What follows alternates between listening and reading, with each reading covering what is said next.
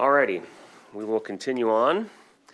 Moving on to the proposed neighborhood school closure and facility consolidation recommendations. Dr. Thomas and Director Powers, you may take it away. And before we start, just want to kind of get the lay of the land here. This is our first crack at this tonight, everybody, and I would expect tonight to generate as many questions as it does answers. I can certainly be sensitive to the fact that the district is entering kind of uncharted waters. We've been a growing school district pretty much nonstop since 1952 when Greenwood School opened, and we've sometimes grown really fast, sometimes not so fast.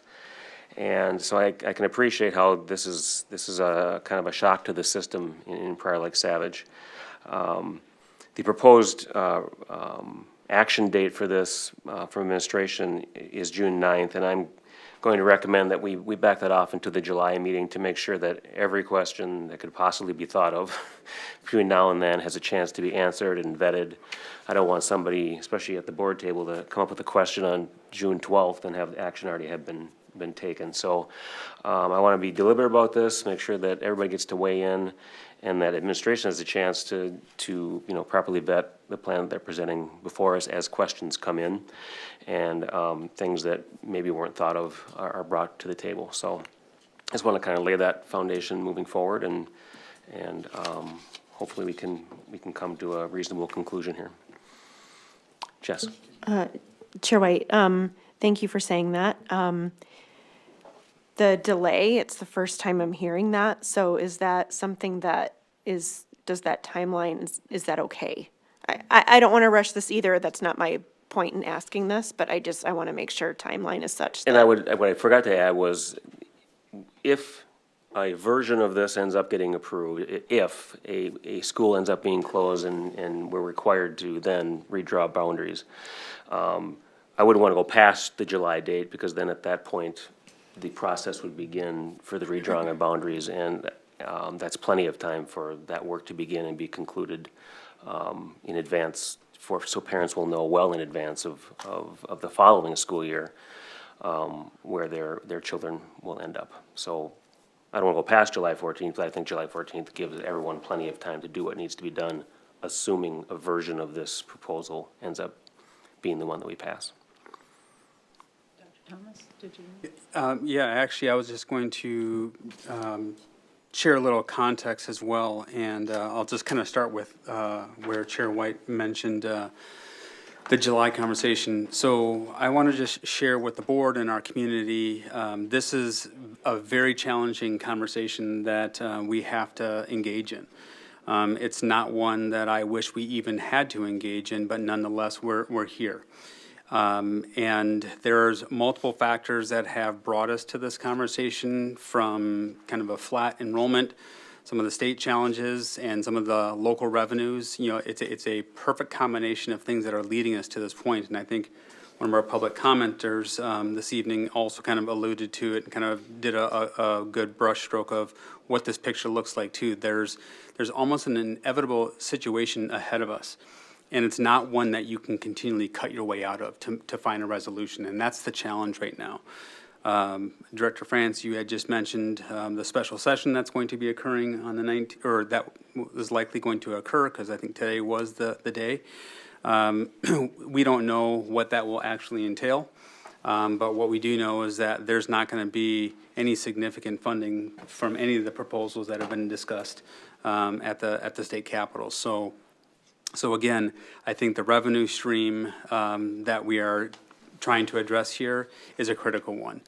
And then there's only so many reductions that we can make before we find ourselves kind of cutting so far into our infrastructure that our ability to deliver quality, really begins to, get compromised. And we had multiple conversations as to how we would want to best approach this. So we shared a lot of this forecasting and what we may have to engage in as we went to our community with a levy proposal. Try to be very upfront with the types of conversations that we may have to have should we not get additional revenue with that last referendum. And I also want to be very clear, because, you know, we've gotten our share of emails about this, and I just want to put some conversations that might be swirling out in our community, put it into perspective. So I want to, first and foremost, this conversation is by no means any type of way to retaliate against our community for expressing their perspectives at the ballot box. You've heard me say countless times here at the dais, this is a democratic process by way of a vote, and the votes were cast, and the outcome is our outcome. Now we will live, you know, with that reality. So I want to be very clear about that. By no means do I want to have this conversation to punish or to have retribution, because I think that's some of the swirl that's been out there. I think it's just the reality of where we're at, and I am going to share facts with the community and with the board, and try to be as direct as possible. And I'm very mindful that these facts will elicit a variety of emotions.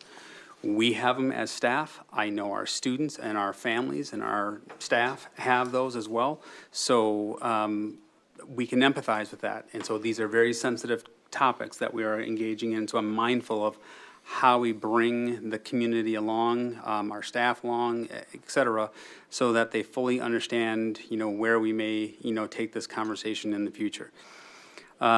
This is all a proposed conversation. As an administrative team, we do not expect us, the board, to be a rubber stamp in your levels of authority. We won't come to this conversation with a blank slate and just start think-alouds here at a work session. We're going to come to you with some vetted proposals and some recommendations, and they're just that. They are recommendations at this time, and these are proposals at this time. We are not seeking action at this time. And to Chair White's point about the date, the initial date that we had set was just in context of some natural sequencing that currently exists for how we do budgeting and how we do staffing and scheduling and all of that. That would give ample time to, you know, whatever conversations may warrant action from the board.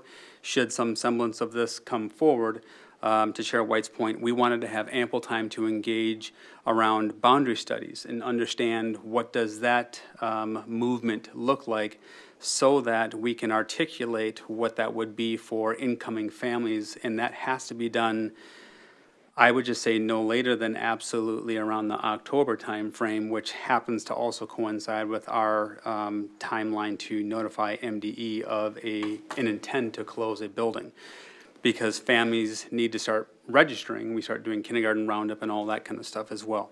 So I anticipate that for us to be able to go into July, that June initial conversation point that we had there had some timeline buffer built into that, depending on where this would go.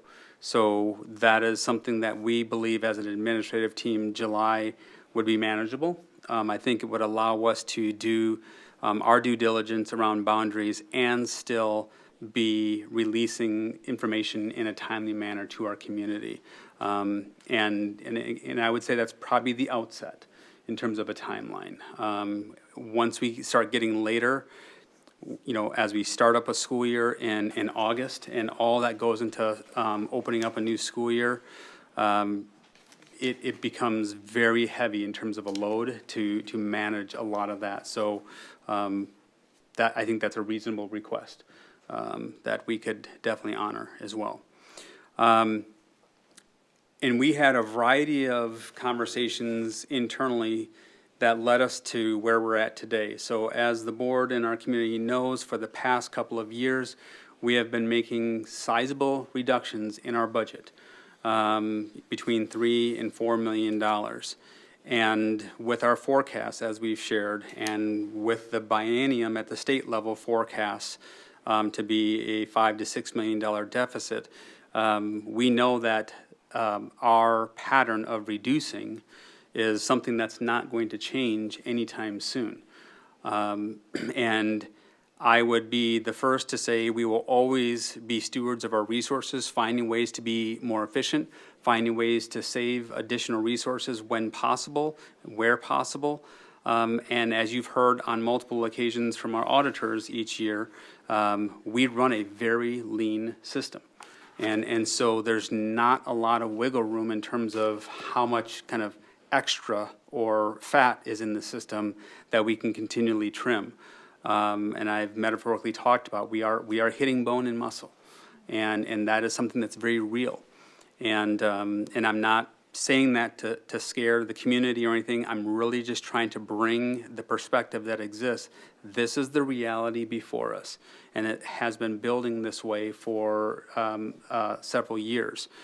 And those of you who have been here prior to me coming, we forecasted this as well. And this is not to blame anyone from the past or things of that nature, just where we're at, this is where we are.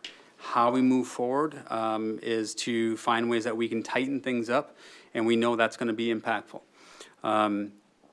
Part of our conversation during our levy campaign was the need that we would have to talk about the possible closure of one of our campuses. And as we looked at that conversation, there's not a campus that anybody wants to close. Our schools are great. People love our schools. Our families love our schools, our kids. We as staff, and so we understand that. And we have to find some way for the 26-27 school year to make an additional roughly $4 million in reductions. And I'll tell you, we are taking significant reductions next year in terms of programming and what that experience will be in Prior Lake Savage area schools. In terms of what support looks like for our students, what support looks like for our staff, et cetera. We've talked about class sizes. All of those are very real factors as a result of the cuts that we had to make for that we are proposing to make for the 25-26 school year. The subsequent year, I don't know where we're going to find an additional $4 million of, again, program and service reductions.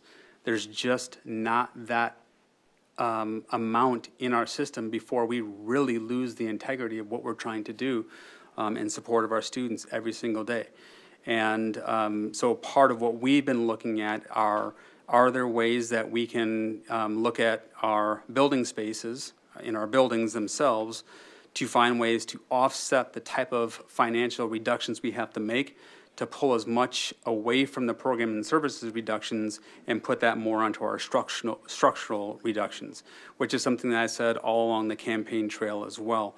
I'm trying to kind of forecast what we would do. We kind of chunked it out into, an immediate last December, a midterm last February, and our long term is the 26-27. So those are kind of like the three phases of our reductions that we could forecast as we're going through this biennium.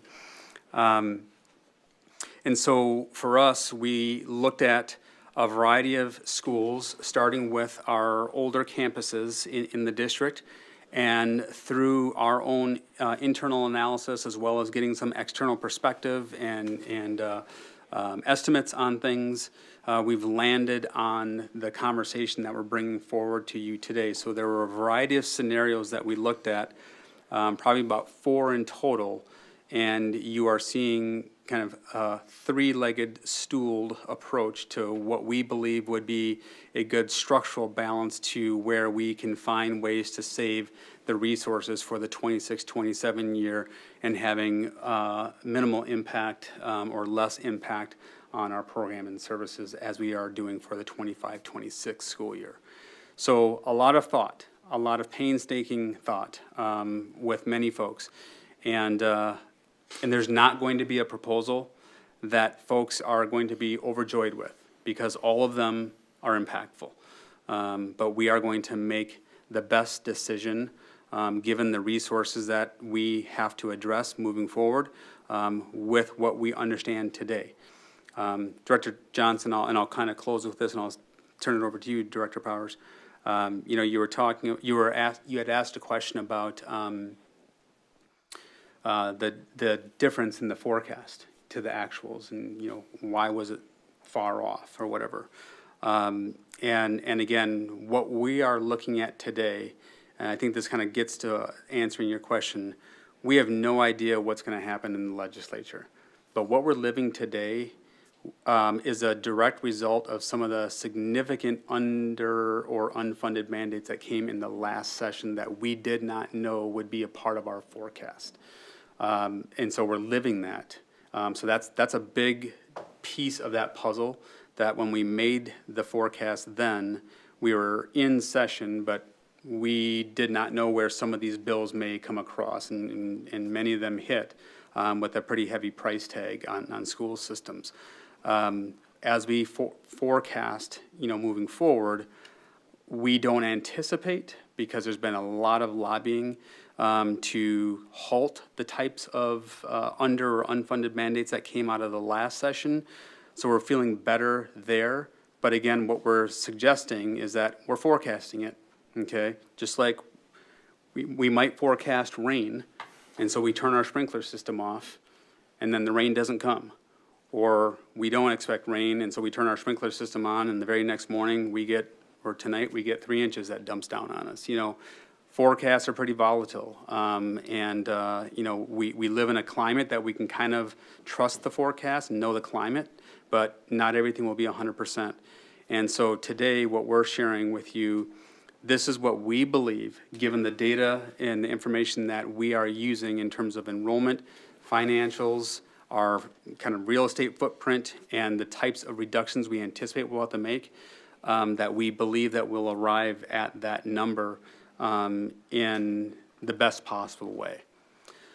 So with that, I'm going to turn it over to Director Powers to walk us through some of the conversations that we've been having. Thank you, Superintendent Thomas, Chair White, members of the board. This is going to be a lot of stuff I'm going to be throwing at you. My hope is that we can wait the questions at the very end, because some of the questions you're going to have are going to be answered on the succeeding slides. We've been talking a lot about this. This isn't new.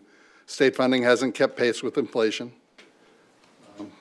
Dr. Thomas mentioned many unfunded or underfunded mandates, slower enrollment growth, declining statewide birth rates. We're not the only district that's struggling with this exact situation. And the referendums. If the referendums would have passed, we probably could have skated along. They didn't. And this is one way that we can correct that, to properly utilize the spaces we've got and be fiscally responsible with the amount of money that we do get. Talked a little bit about this, some of the cuts we've done in previous years. Current cycle, 24-25, 4 million. Next year, 4 million, 4.1. These are the cuts that we're talking about for 26-27 is this consolidation. Now, before I jump to the next slide, I'm going to reference a few of the criteria that we were looking at when we were looking at locations on which one to recommend. In all honesty, I didn't look at anything that was built prior than 1990. We've got 3 buildings that are older.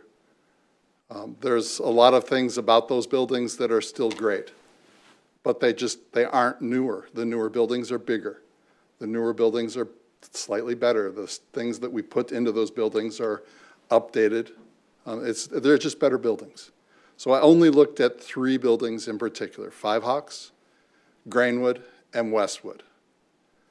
2 of those locations are in the center of the district. One of them is not. The reboundary around Five Hawks would create slightly more headaches. It could be done.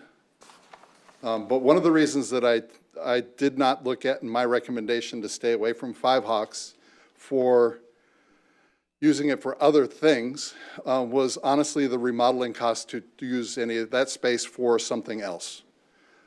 For me to remodel that space, to add in walls, to make it secure, to add in things like a boardroom or add in offices, that's an open building. There aren't really walls. That was the way it was designed. Those are temporary walls in there right now, and they serve a great function as a school, but as an office, it's a nightmare to remodel. So those are the reasons that I took Five Hawks off of the conversation at that point. So then we're looking at the two schools in the center of the district. We're looking at Grainwood and we're looking at Westwood. Now, I initially did not consider Grainwood because we have the Spanish immersion program there. And my initial thought was, well, we're not canceling the program, so I didn't think of closing that particular location. We did come up with an alternative, which is what we're going to propose tonight. So as we're looking at all of these locations and as all these different factors were coming in, we realized that there was an obvious choice of Westwood as the one that we would close to being a neighborhood school. It didn't have the Spanish immersion. It's centrally located. It's somewhere easier to reboundary around. We talked a lot about moving Old Del Lago to Westwood. The Spanish immersion program is one of the things that's one of our bigger draws in the district. We have over 100 students that open enroll specifically for that program. Honestly, I'd like to increase those numbers, and I think we can. If we include more pre-K services and a couple other things, I think that program can grow. And Westwood is a location that we can accommodate that growth. One of the things that I recommended early in this process, that because of this, I went through the problems in Burnsville. In Burnsville, we had to close 3 schools. Those 3 schools have sat empty for more than 5 years. Empty. They've been trying to sell 2 of them for that entire time. They just now got one of them sold. So for 5 years, those schools have been sitting empty. They've been decaying. Mothballing a school is one of the worst things that you can do. And if you're trying to sell it, it's not an easy process. So as I was looking at all of these things, I'm like, okay, how can I best utilize this space? If we're not looking at selling a location, believe me, that is one of the options that I can discuss, but it's not a recommendation that I would bring forward. How can I best utilize this space to expand a program if we have a chance to, so we can bring in more students, or to best serve our community? And one of those things is honestly selling this building. This building, it's a commercial building. It's more, the ability to sell this is much higher than it is the ability to sell a school. And honestly, I can show you the numbers. Selling a school, we could. We get about 40% of the value if we restricted who could buy it. If we said, okay, I don't want to sell it to another school, we don't want competition to come into the district and buy it and start up a charter school that are going to take more of our students away. So if we did that, we'd lose 40% of the value of that building right away. So as we're looking at it, this is the most viable option to let go of and realize the value of this building in our current budget. Now, the challenge with the sale of this property is there are things that we can spend that money on and there are things we can't. We can spend it on capital expenditures, which would help us in other ways in the budget. We wouldn't have to allocate those other capital monies because this would be helping us to do that. And that's one of the things that I think it's a really good potential thing that could help us for many cycles down the road. As we're looking at moving the district office over to Grainwood, currently Community Ed is located at Grainwood. There are services that they could expand over there. We can co-locate some of the things front office-wise so that we can share resources better with Community Ed and the district office in one location. There are things that we have for our special education department that we could also expand in that location because we would have some space to do it. So all of those types of things were what I was looking at when I came up to my recommendation at Grainwood. One of the other things that I was looking at on the difference between Grainwood and Westwood was there again the cost to remodel it. Westwood, the style of building it is with the HVAC system we've put into it and a lot of other things, it's designed for larger spaces, classrooms. in order to cut up those classrooms and make offices in that space without significant changes, 3 out of the 4 people in that space are going to be freezing or boiling all the time. They will never be comfortable because the heating and air conditioning system is built on the outside wall. And to adapt it to anything else would cost us a lot of money. So that was one of the reasons that I did not really want to use Westwood as a location for us to locate services. We could, and we could live with it. But the preference, Grainwood is a situation or a location that I can adapt more easily to those other services.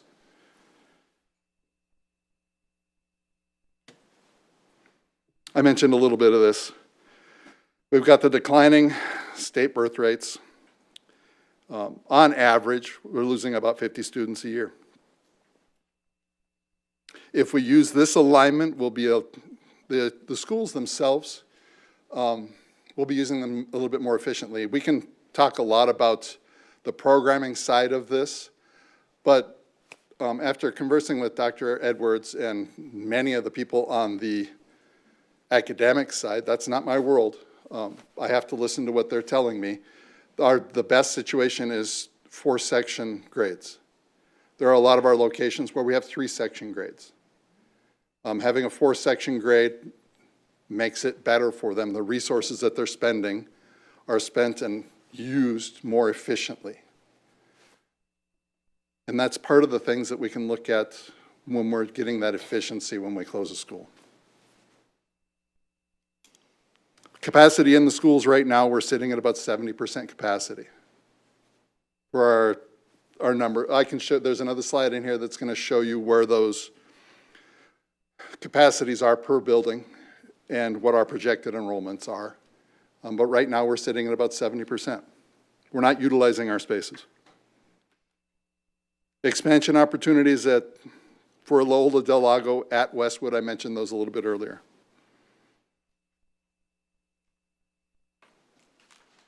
Part of the cost savings that we're looking at with this, in all honesty, comes from me being a contractor for 20 years. I'm probably going to be the one that's going to be guiding the crews to help us so we can remodel that space, to try and keep our expenses down and not having contractors come in there. I'm probably going to be the one swinging a hammer. So I'll be helping when we get to that point to make sure that we're getting it done correctly and to help us make sure we're saving money. And my staff will be the people that are going to be relocating these the teachers and whatever they need per building. My staff will be the ones that are relocating all of that stuff.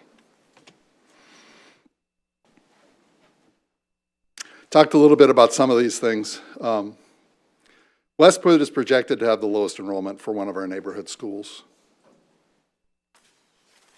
And honestly, if we're looking to maximize the money that we have coming in, this is something that I think we need to do. And I mentioned a little bit about closing and selling the district office. The intent is not to give the district admin a palatial place to go and have offices at. It's to reduce our buildings. If we can sell this one without affecting the kids, I mean, if we're closing a school, there again, it's not sitting open. So I can relocate the staff that are here and effectively use another location in some way. Some of these efficiencies will be cutting staff. Director Herman can talk a little bit more about these things, but when we close a school, we're eliminating a principal position. We're eliminating the custodians that are at that location. We're eliminating the nutrition staff. That was one of the reasons, that was another small reason of looking at closing Westwood versus closing Grainwood. Westwood, we've got the early childhood, we've got the pre-K, we're already using the nutrition services there. If we just closed part of that, we'd still need to staff the nutrition in that location. Moving everyone from Loyola Del Lago over to Westwood means that the nutrition staff that may have been at that location, those are part of the ones that we would end up letting go or not filling those positions. I mean, in all honesty, we have attrition that's reshuffling people around all the time. So these aren't necessarily people that will be let go at that moment, but those are positions that will go away. The only unknown in that is going to be how, like I mentioned, Director Herman can talk about how the teaching staff there's a lot of staff that would be touched in different ways.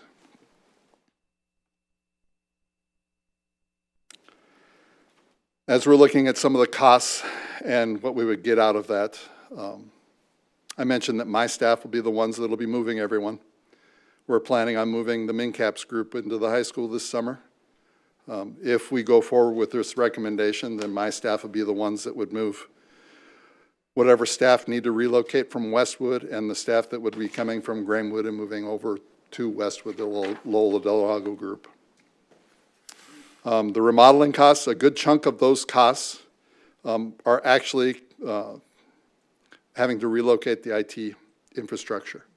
Now, some of those costs are for things like the servers for our camera system, which are currently failing. So this is a cost that I'm going to have to come up with no matter what. It's just a case of where we install it. If they all of a sudden looked at failing this summer, I would have to try and find a way to replace those here and then relocate those to whatever location we would end up with our IT department going to for that. Estimated sale of the district office between $2.5 to $3.5 million. One of the bonuses that we look at here, the lot immediately next door is for sale. Once that work gets out to the realtors, the package deal would be pretty sweet for whoever wanted to come in. They could be able to pick up both sections. This is just breaking it down for the total year. Moving and remodeling expenses, staffing reductions, sale of the DSC brings us to $3.875 million to $5.725. Transportation costs are unknown at this moment. We could save, we might not. We'll find out after we get done with the rebounding. I suspect that it will be lower because we won't be moving the students from the west side of Prior Lake over to Westwood. We'd be locating them most likely to Jeffers or to Glendale, the two closer locations. In discussion, I mean, one of the things that we would be looking at was how what space we would use for the school board to meet in. We've got some things that we're talking about in that regards that I'll be able to share more about that later on. We haven't talked to a few of the partners that we really would like to yet, but there is plenty of space at Grahamwood to build in a new area to do this.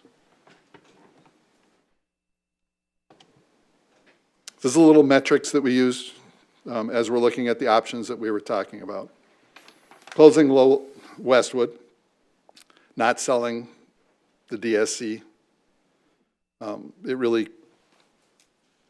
It missed a lot of things. It's not creating any more building efficiencies, really. Closing Westwood, moving DSC to Westwood. That was definitely something I initially thought of, but there again, the remodeling costs to make a comfortable space for offices, much, much higher. Moving the district office to Grahamwood, pretty much checked all the boxes we were looking at. As we were looking at, Dr. Edwards did a capacity study this spring.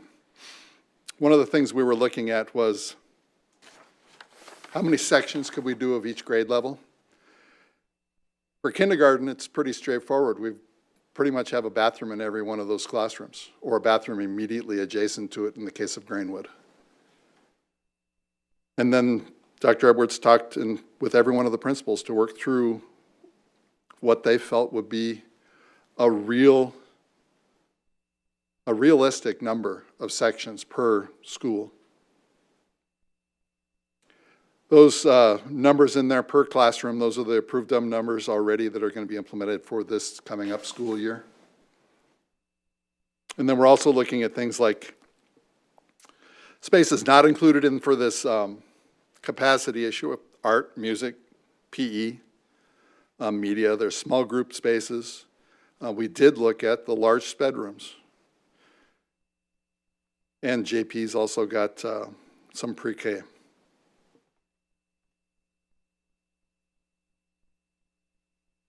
These are the capacities versus the projected enrollment in the 26-27 school year. We're sitting comfortably with all of those, and if we could continue to grow for a little bit and still be well within those numbers for those capacities. And we've been in conversations with both cities, and we know there will be families moving into the district and continue to move in. There's new areas being built. I'm looking forward to being able to accommodate all of them that come in. Talked a little bit about open enrollment. We have 1,420 students that come into the district. 867 that go out of the district for some reason.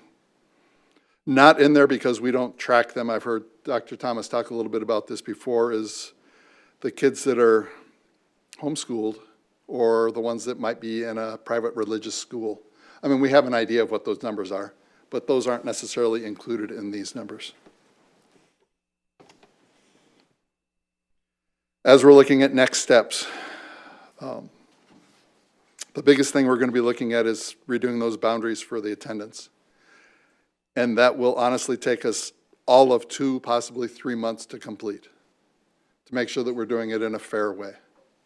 I could throw something together in 2 hours, but it's not fair, and it's not getting community input on any of that stuff or board input. We need to make sure we make a decision so that we can inform the Department of Ed by October 15th, I believe is the date that we found. And then we want to make sure that we can get all the staffing assignments ready for that next school year, because there will be changes. It changes to every school. If we moved ahead with this recommendation, first step would be how we utilize the staff that are at Westwood currently, and what locations they might end up going to, because many of them would move the locations. After they were relocated, then we'd be looking at the Spanish immersion program and moving that to Westwood. Once that was complete, it would just depend on the sale approach for the district office. My staff will be working on making sure that the space over at Grahamwood was ready to go for the staff coming in from here. And including in that is going to be the IT infrastructure that we're going to, my staff obviously won't be doing that, but we'll be bringing in some people to help us with that too. All right, now the questions. Before we start, it was suggested to me, and I think wisely, that maybe we should break this up into little categories so we can kind of stay on each topic. So if we could start out maybe with questions around the DSC sale itself, the timing, the process, and keep our questions just to that, and then we'll move on to maybe the actual move out of this building and what that would entail, and then get into the relocation of students before we talk about the boundaries. So are there any questions around the actual, moving pieces around the sale of this building that anybody would have? Jess? Thank you, Director Powers, for that. It's always helpful. You can see the deck, in our board packet, but it's always helpful to hear your presentation and hear all of the context behind it. So appreciate that a lot. In terms of the DSC, so you answered one of my questions. I figured it was licensed or zoned commercial, so thank you for that. But do you know if there's, so 2 questions. Even anecdotally, do you know if there's any interest in this building? You mentioned that the lot next to us, I'm trying to get my bearings this way. Yeah. The woods, okay, is also for sale now or will be for sale? It is currently for sale. Okay. Is there any interest, even anecdotally, just like, hey, I'd be interested in, doing something with that building? And then is there any kind of money that would need to for lack of a better way to put it, stage it for sale, or would it literally be take it as is, sell it as is, we're not gonna do anything to this building to make it quote unquote more attractive? That's a very to good question. sell? I'll answer the reverse order. Okay. So my recommendation would be to whatever commercial realtor that we discuss with, that we go off of their recommendation on staging. I have found that their recommendations, they're the ones that sell these things, their recommendation is probably going to be correct. Whether that means leaving it with staff in it, so that they can see it as a functioning building, or whether it would be staging of some type, that's who I would definitely lean on for that type of a recommendation. As far as potential people, no. It's, the wider community really hasn't even, it hasn't gotten into their awareness yet that this is something that could come up. And I specifically did not reach out to anyone to find out if there was going to be any interest until we went through the recommendations on this side. It just wouldn't have been, it would have been a fruitless effort. Director Olsted, I'll just share some conversations I've had over the years with city leaders, and I will tell you that they are wanting to attract more commercial development in the city of Prior Lake. So I know there's an interest for this as a concept. I think our location, being proximate to the strip mall across the street, and the access points for this building is a very attractive commercial property. It's not tucked away somewhere out remote. And to Director Powers' point, the land, the woods land, wetland, whatever that direction is that way, that makes this kind of a property a little bit more attractive, because when you look at that building site, I think it truly is wetland. For all we know, some of this portion looked a lot like that when this bowling alley was constructed, or, sorry, well, this was the bowling alley when that was created. But I think using this and then maybe that as parking, if it's a larger commercial entity, makes kind of that a good reciprocal sale that could work to the favor of how this gets competitively priced as well. So those are some of my initial conversations with some of our key leaders over the years and some recent.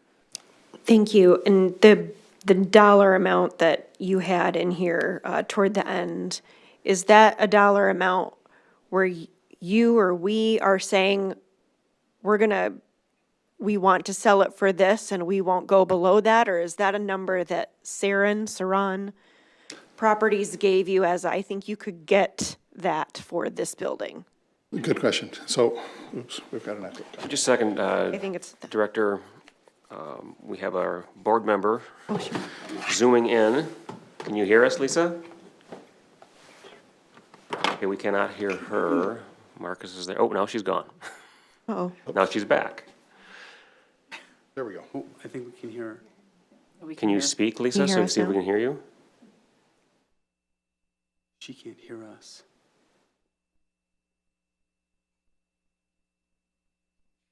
I don't think I have her muted. She's working at it here.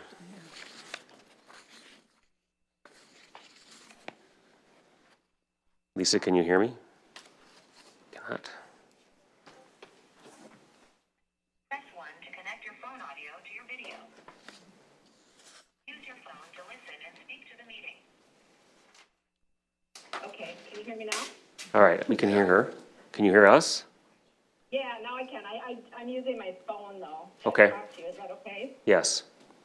Okay, good. I think we're good. Just to let you know, Dr. Powers has finished his presentation, and we are currently asking questions revolving around the sale of the DSC as the kind of point one, and then we'll work our way down some of the other points that he brought up. Okay, I will listen. Thank you.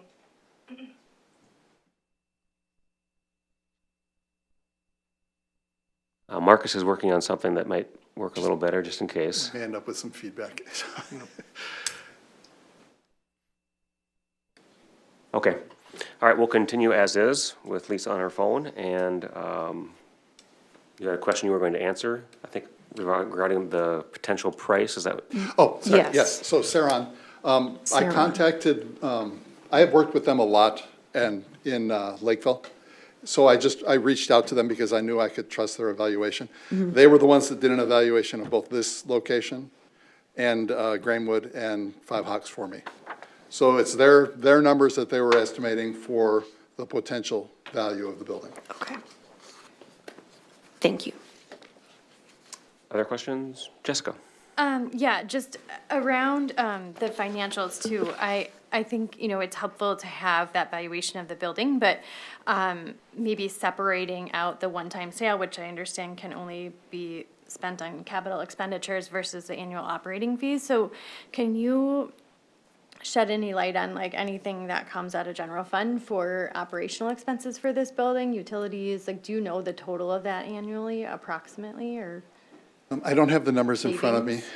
If I'm remembering correctly, it's annual expenditures between $30,000 and $50,000. And then the LTFM, obviously those Yeah. items that we had planned would come off the plan too. So that Yes. was like, what, 800 or something, I think. Okay.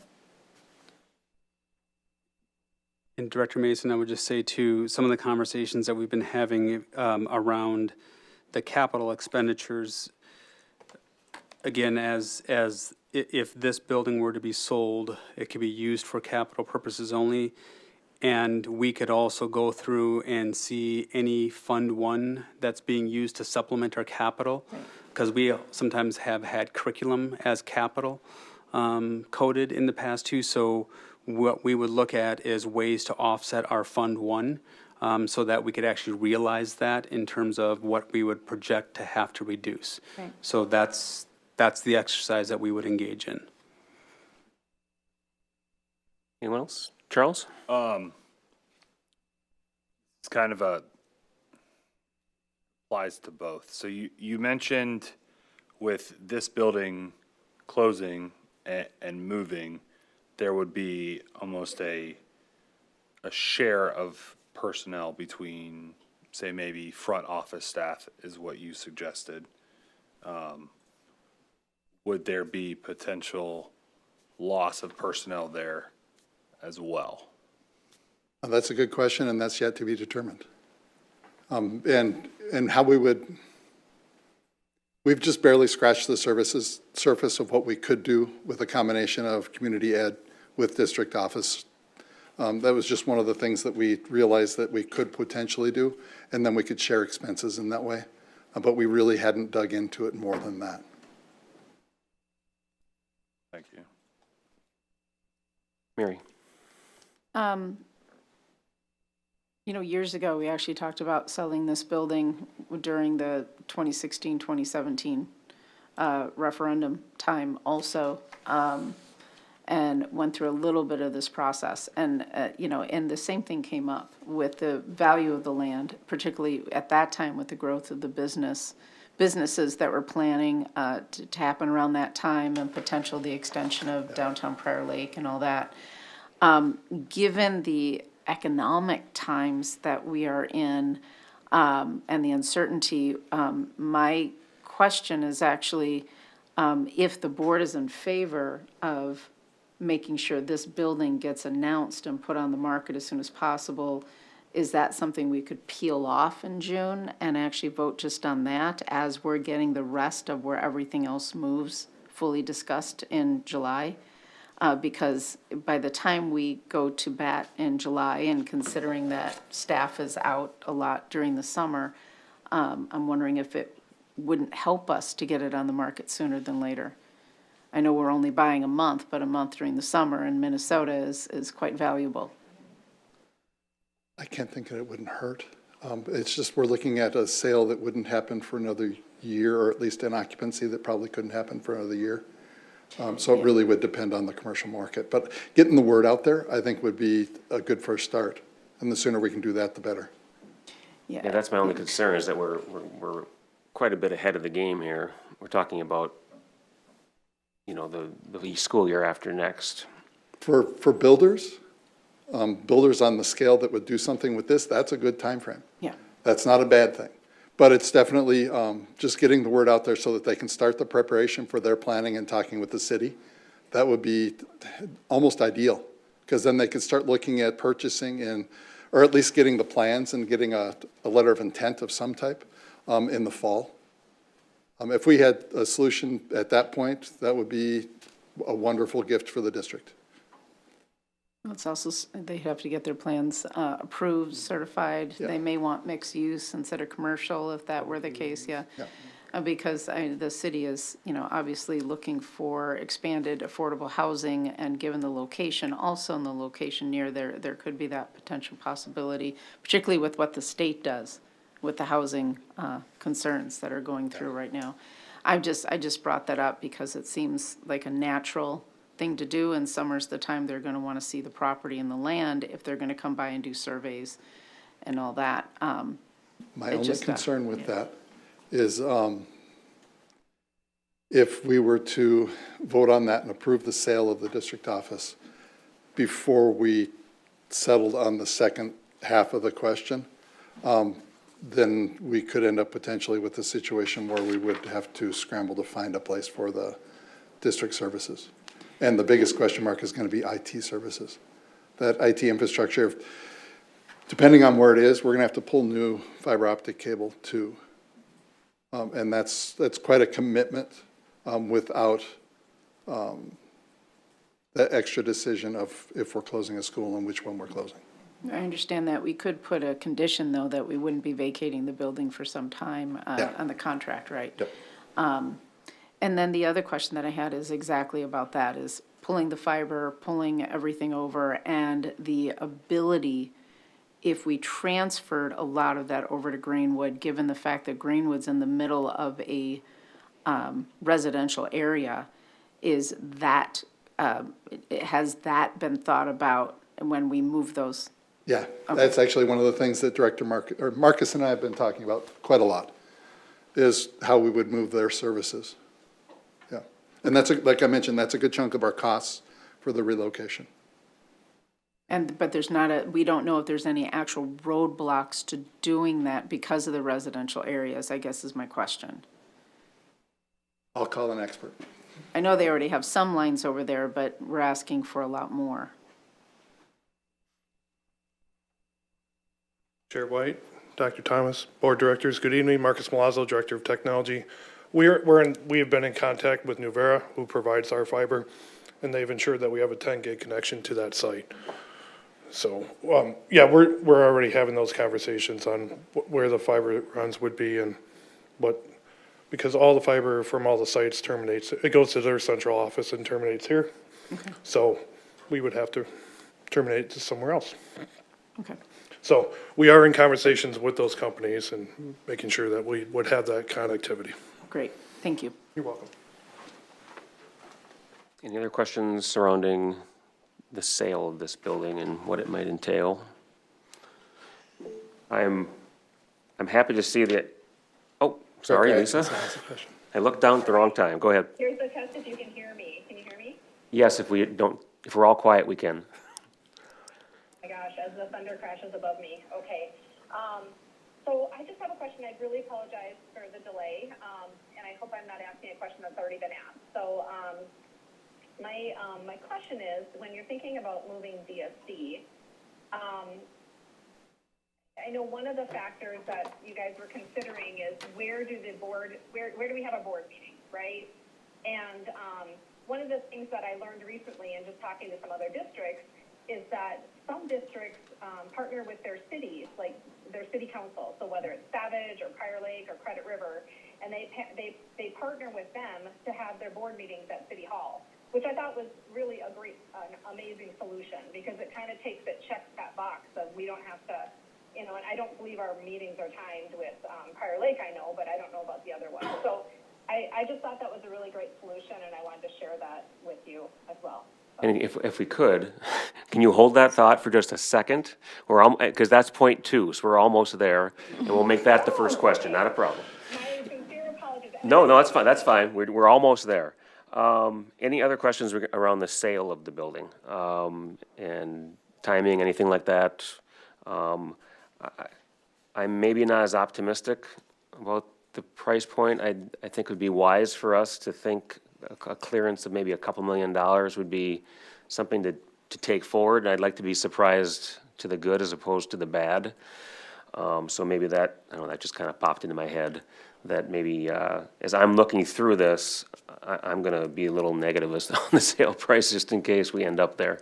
But if there's nothing else, we can move on to Lisa's question regarding the, moving into the actual move and what that would mean for everything that we do here, including, a potential board space. I did have one other question, Oh, and I'm one sorry, second. I just thought of it. Go ahead. Is that okay? Yes? All right, you had mentioned putting conditions on other schools, that sort of thing, like if we were to sell another school in part of the analysis. Given the age of this building and the fact that it used to be a bowling alley and stuff like that, I'm not sure I'd be optimistic about somebody taking it as is and actually using it. But if they did, would we put a condition on that to have it be for a specific use? Or could we do that? Or non-use. Or non-use, I should say. We can. I don't, the only use I could see this being put to would be a early childhood or a pre-K type situation. I mean, it's a commercial building. And we've struggled with a lot of things in this location, and it was used as that in the past. But we could put that type of restriction on it. I don't even know if that would make much of a difference for this particular building. Okay, thank you. Sorry Okay. about that. And Dr. Thomas, you were gonna refer to Yes, Lisa's question. Director Atkinson, just to your question, that is something that we have been discussing as a team. So we're looking at both. What internally would we have to do? There's ample space to be able to easily, like a large multi-purpose room like this, we have that. It would just be some of the internal IT work. But we are having conversations about potential partners in our community, namely our cities, as you've mentioned. And yes, the caveat of how the timings of the meetings, that's one thing that we'd have to work through. And, you know, would it be consistent, or would we like rotate cities? And that's another conversation that we're having as well. Just from an accessibility, that we kind of the meeting comes to the community, so to speak. And sometimes, like when we did our engagement, we took it around, you know, all the municipalities that we served. I think that'd be great. So thank you. I'm glad to hear that. Other questions around the actual move or how things would look? I do actually Go ahead. have one question. Yes, Lisa. Director White. Oh, sorry, I need to raise my hand. Because we're selling a commercial building, we don't have to file anything with the state, right? Because it's only if we were to sell it, as far as timing wise, we wouldn't have to file anything with the state, or would we? Director Atkinson, no, we would not. And it has, well, what spaces have you looked at as far as a potential new boardroom? I know that at the end of my first term, we had met at the lecture room at the high school for a number of years. It was a newer, you know, the building was newer at that point. Geez, we've met in the libraries, we've met everywhere at different times, but on a permanent basis, I know that we had, you know, we used the lecture hall at the high school extensively over a long period of time, and I'm just wondering, are you looking at all spaces around the district, or you know, just trying to figure out how to do Grainwood and make it work? What is the process you're going through? Because I don't necessarily think we need to commit a bunch of dollars to a boardroom when we might have a space available already. Chair White, that is a conversation we've had, and I don't necessarily want to pinhole, I'm jumping on top of Dr. Thomas. No, but go ahead. I don't want to pinhole a location, and there are enough feelings about us doing this, but yes, it is a conversation we've had. The infrastructure to do board meetings, to move it around, would maybe make the quality of our production a little bit lower, but yeah. The one thing I would add, Chair White, is the times in which we are living demand a level of broadcasting and, publications of our meetings. And so that's something that we're taking into consideration without the kind of restrictions or like the movement would have. Having a permanent space would be ideal from that standpoint.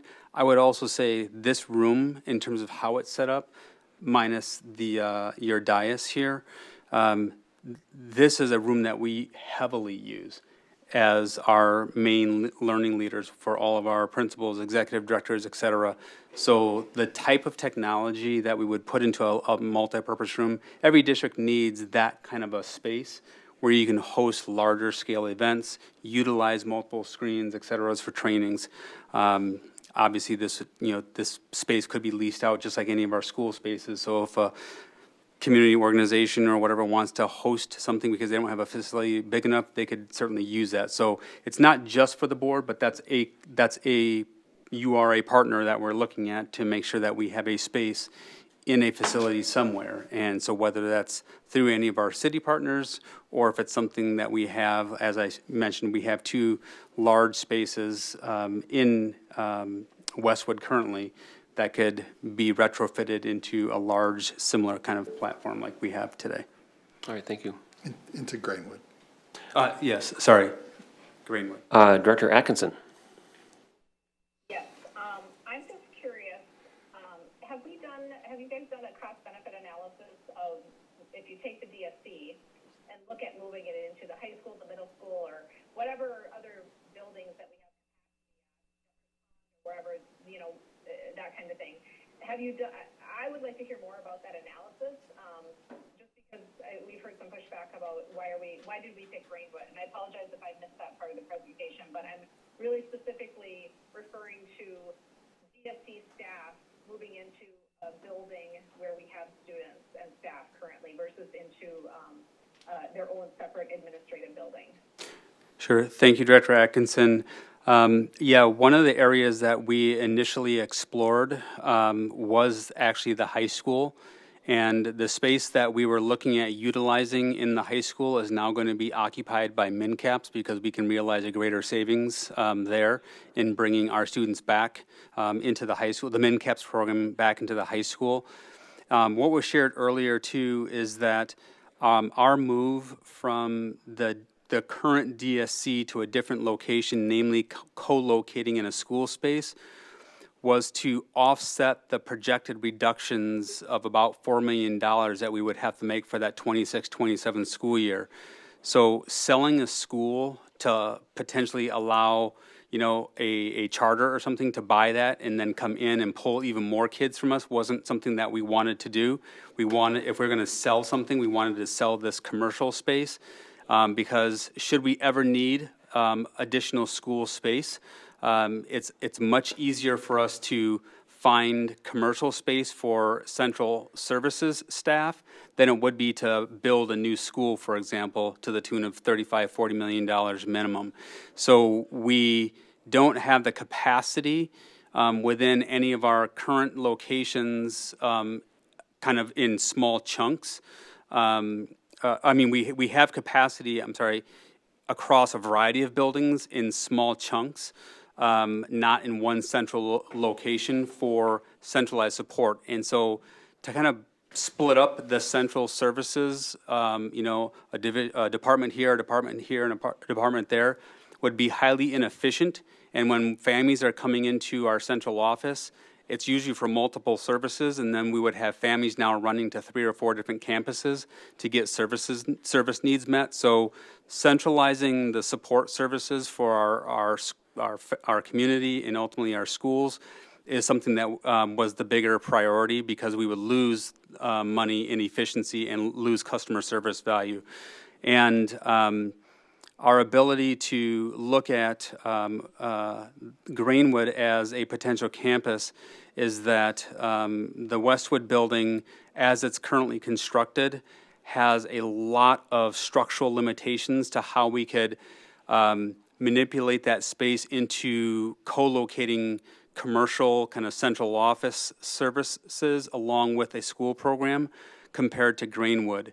And so Greenwood's footprint as well as structure is more conducive to putting up temporary supports for central office services, and then relocating that program into the current Westwood, which what was shared earlier is that it has a high demand of out-of-district enrollment, serving almost like a magnet school, de facto magnet school. We would also now have room in that building to grow and attract even more enrollment into that program, which obviously enrollment is our biggest challenge right now, while also maintaining our ability to co-locate in the current Greenwood to enhance and expand community education, as well as we are looking at the expansion or kind of the bringing back of some of our SPED programming that we might currently commission out with our partnership with 287 Southwest Metro.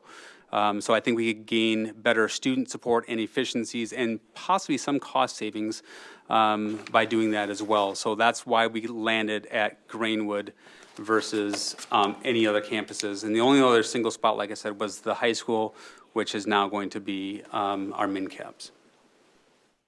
I would just, thank you for that. I just add, what about Edgewood? Because when I look at capacity, maybe I'm not fully understanding. Sorry. No, go ahead. Fully understanding Edgewood capacity, but Edgewood looks like it has a lot of room in it for capacity. So I was just curious if you can help me understand the Edgewood, like, as far as capacity. I can answer some of that. Right now, currently at Edgewood, we've got 200 pre-K and about 70 ECFE. That numbers vary. They can be as high as 600 total students or kiddos, or at the current level, it is about 270-ish. So if we're looking at total capacity of that space, I'd say we're probably sitting at about 70% capacity as we stand right now. So really, it would, there again, and we could, they've been not at that location before. We could split it all around the district. I just wouldn't recommend it because I think we're serving our families better by having that at one location and at Edgewood. Can I just kind of piggyback off that question? So the staff in this building that we're relocating, the number is like 55-ish, correct? Is that about right? I just want to make sure I'm clear. That ballpark? Yeah. 55, Yeah, right around 56, yeah, somewhere around there, okay. Yeah, I mean, I had the same question. We have like a number of buildings that have a lot of capacity based on last year's financial statement, Edgewood, the high school, the middle schools. You know, I guess my question is there any reason why we like absolutely cannot move DSC staff to another building as far as like infrastructure or any just like general reasons, like limitations of why they couldn't go into a particular building, other than space, of course, but. Director Mason, I guess my question would be, in that scenario, are we looking at closing a school? So I don't know if we're getting here, but yes, I would be in favor of selling a school personally. Like, I think that, you know, looking at capacity numbers, we have space for 2,300 students right now, and I think 1,300-ish in our elementary schools alone. So, and personally, when I look at numbers, like, by not selling one of our elementary schools, we're going to be sitting right back at this table in a year making this decision again. We're not saving enough money. We're not, you know, we're keeping a elementary school open, still paying operating fees and everything else that comes along with keeping a building open, you know, for 56 staff members. Like that doesn't make sense to me. And I don't think we've seen any projections anywhere that shows that we would be growing enough in the foreseeable future to ever fill our elementary schools again. Yeah, and I want to be clear, we're not looking at a space just for 56 or so central office staff. We're looking at co-locating services of multiple programs within that campus that we're talking about, as well as bringing some programming back. So it's not just for our staff. Right. So we're creating a greater efficiency as well as potentially bringing some of our programming that's going out of district to come back in district and saving on some potential contract costs. So I just want to make that point. It's not just for the people here. It is about expansion and enhancements of current programming in that current location as well. And we I couldn't just do, think, we like, couldn't do looking- that in other. Looking at numbers specifically, there are space for all of these programs within our buildings, plenty of space. We're gonna be right back sitting here making this decision in 1 year if we don't do anything more right now. And So it's- Director Mason, I will share that you're absolutely right, and I think what you're alluding to speaks to a broader state structural challenge. There's a lot of things that we could be doing for the 26-27 school year. But if nothing changes in terms of a bigger conversation that we don't necessarily control at the local, yes, we will be here year after year after year. I would even say, and we shared this during the levy campaign, that where our operating levy would go, juxtaposed to some of the bigger conversations that are above the local level, that the notion that levies carry you for 10 years, given the inflation and the costs and, everything else, they don't have that longevity as they used to in the past. And so I think there's two conversations here. One is more legislative, one is more local. But they both need to be addressed. But I guess still, even a local levy, if we at some point have a conversation about putting a local, why would we go out to our community to levy the community to keep an elementary school building open that we don't have students to fill? That doesn't make sense to me. In fact, by the numbers, we could close 2 elementary schools. I know that that's not what we're asking to do, but for me, that's not fiscally responsible, right? We're keeping an elementary school building that we have no plans to fill in any foreseeable future. Director Mason, if I can address part of that. Selling the building would solve our budget issue for 1 season if we could sell it. Like I mentioned in Burnsville, they've had 2 buildings for sale for 5 years or more. Part of the analysis that Saron Properties did for me was equivalent sales in the area and what they went for. One of the schools in Burnsville had a potential sale for $3.5 million. That was all. It's an elementary, the same size as one of the ones we're looking at. That would get us 1 year.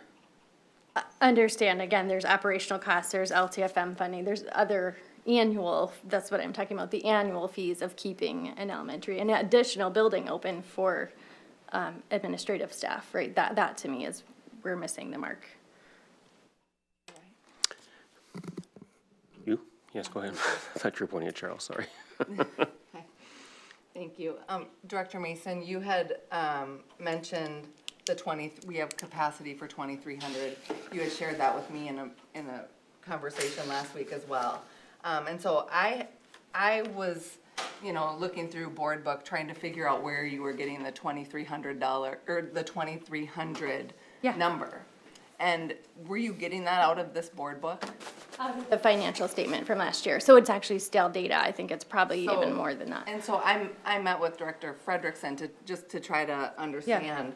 And I believe the sheet you were looking at, and please, Director Frederickson, if I am misstating this, please help me out. But the form that you were looking at was out of the audit. It's out of last year's financial statement. Financials, Yep. okay. And it's not a apples to apples. This form with sharing all of where our capacity is at, okay. So the 2,300 isn't actual, it's more, I think there's a difference between classrooms, right, available versus numbers and just capacity numbers. I'm just using capacity numbers. Understand that we wouldn't really on paper, this is on paper, right? I get that. Right. But Well, yes, and our current big capacity. difference. Yep. That number, You know, just when you make a statement that we have the capacity to close 2 elementary schools, I mean, there's just a lot more to it than that. And so, to be fair, I just wanted to address the 2,300 capacity Yeah. and where that. Yeah, I mean, is if just for our community, it's in last year's financial statement. I assume the numbers are, I asked if we could get an updated for this year, because even, like, if you look at 2017-18, we were over capacity numbers in students, right? I mean, not where we want to be, obviously, but, yeah, I mean, just looking at, we have capacity for 10,800 some odd students, and we have 8,600, so that's where the numbers came from. Okay, do we have any more questions around the move? I don't know if it's around the move. Well, we can move on. If somebody wants to come back, that's fine. Move on to the process of relocating students, what staff reductions that may entail. Any questions around that? Mary? Yes, so on the, obviously, if we close Westwood and we reallocate the students to the various classrooms around the district, and apparently we're having a thunderstorm here too. Now we've already talked about basically increasing the cap on class sizes and that impact. And one of my biggest concerns on that as we reallocate the students from Westwood is our increasing number of SPED students. And do we have the capacity to have that extra learning space at each one of the other areas, and how is that going to be impacted? And I want to include the fact that I think every district in the state of Minnesota has seen that percentage grow, and I'm concerned about making sure that we're servicing all students. Thank you, Director Franz. I'll have Director Chuka respond to that, and also Director Chuka from another question that was asked earlier around current center-based programming and where students may or may not go. Could you speak to that as well? I certainly can. Just to give you kind of a lay of where things are, there's 2 types of programming that we do in our district. Resource programming, and that's kids that maybe gets a little bit of pull out here and there for different things, maybe some reading, some math, some social skills, but the majority of their day really is spent in the general ed. That enrollment has pretty much stayed flat. We had an increase a couple years ago, but we've kind of stayed pretty steady. Where our biggest growth is in center-based programming. We have increased just between this year or let's say 22-23 to now, we had 39 kids compared to 65 at the elementary that require center-based programming. So that's really where our biggest growth has been, and that's students with significant or more significant cognitive disabilities, autism. Those are our 2 biggest growing areas right now. We currently have life skills programs, what we call that. That's for more of our cognitively disabled students at Westwood, Red Tail Ridge, Glendale, and Jeffers Pond. And then our communication and interaction kind of disorders center-based programming is at Hamilton Ridge. And then we have a behavior program at Five Hawks. So this would displace a center-based life skills program. And right now, all of our life skills, right now it doesn't matter what it is this year. Next year, all of them will be at like 16 or 17 students. So we will find what that will look like. I don't think I'm going to be able to answer that until we decide, is that school closing? What does the rebounding look like? It could look like I just make the programs in those other 3 bigger. Or it could be I take a program and just move it to another building. I think all of those things would fall into place once we get there. But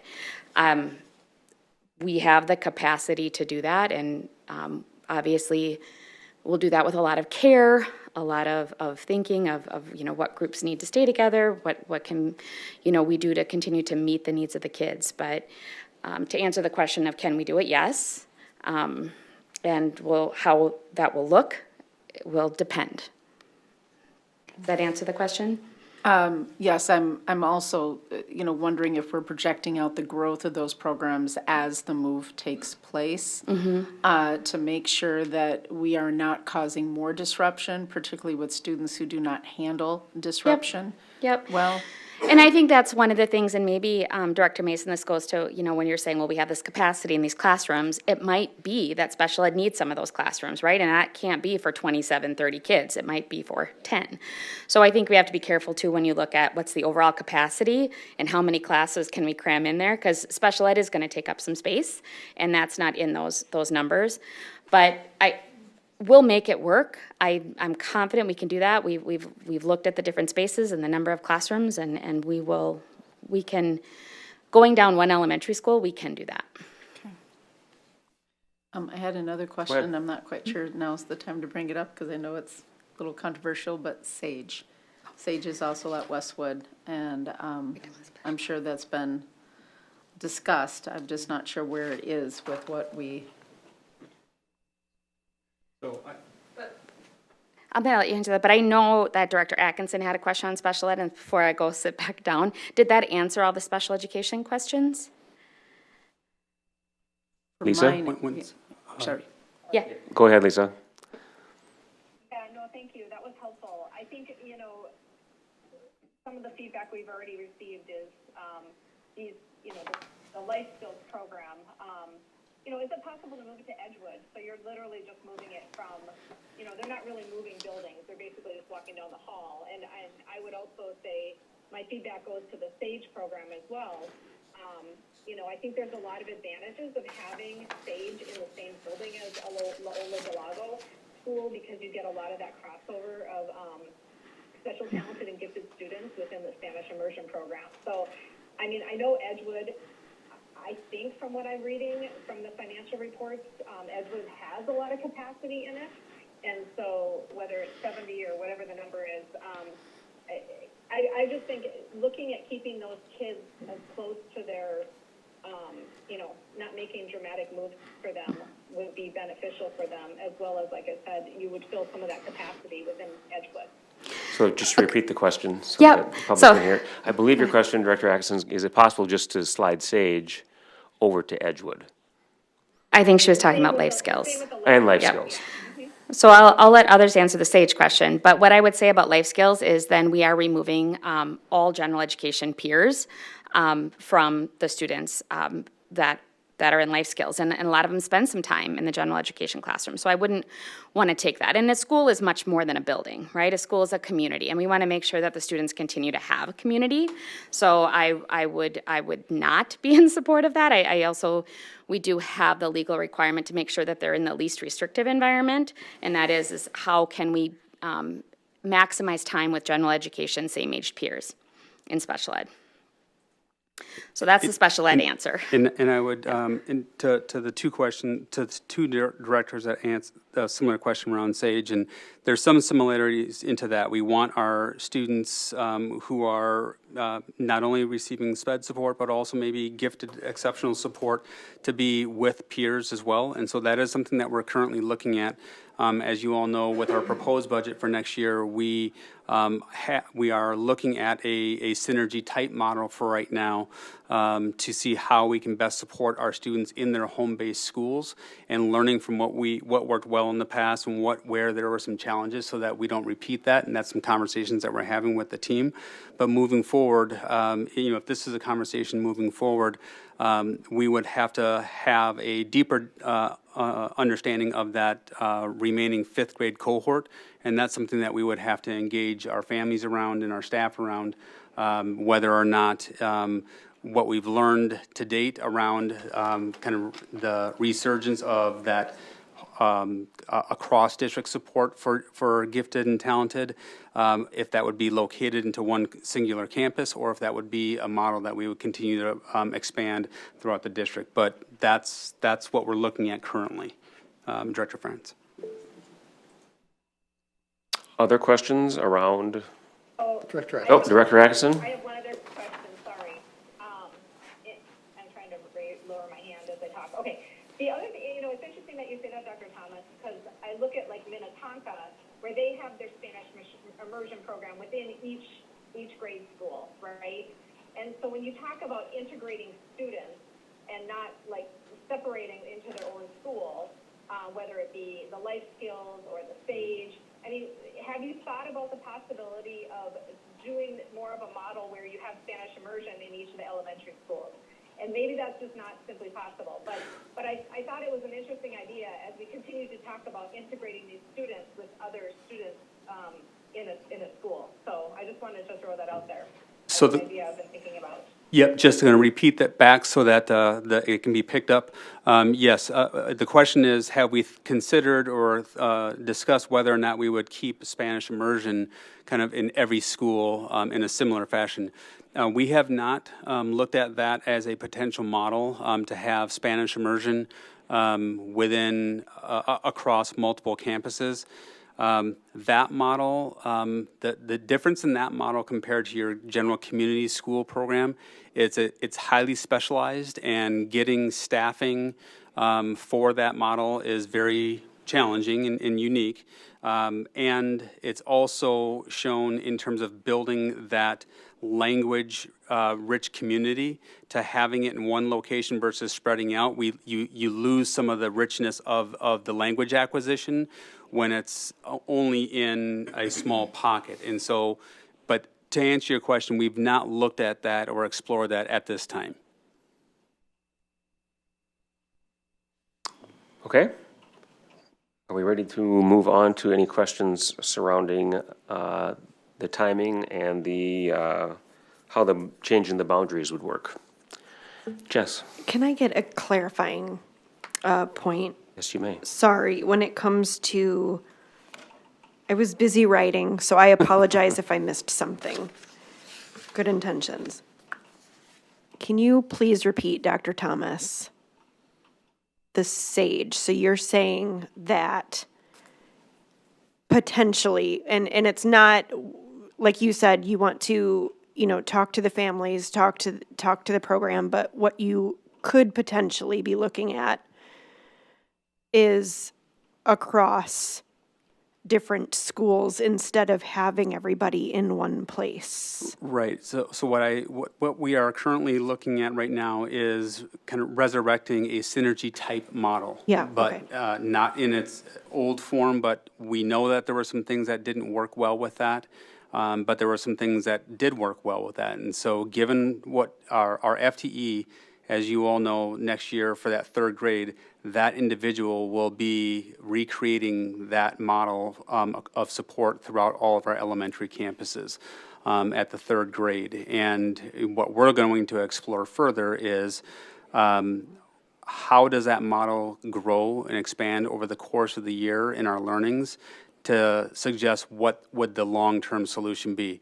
So that's what I was alluding to. And as that progresses, what I was suggesting is that by the time we get to 26, 27, if this model is in effect, we would have that 1 5th grade cohort remaining that's going through our program currently.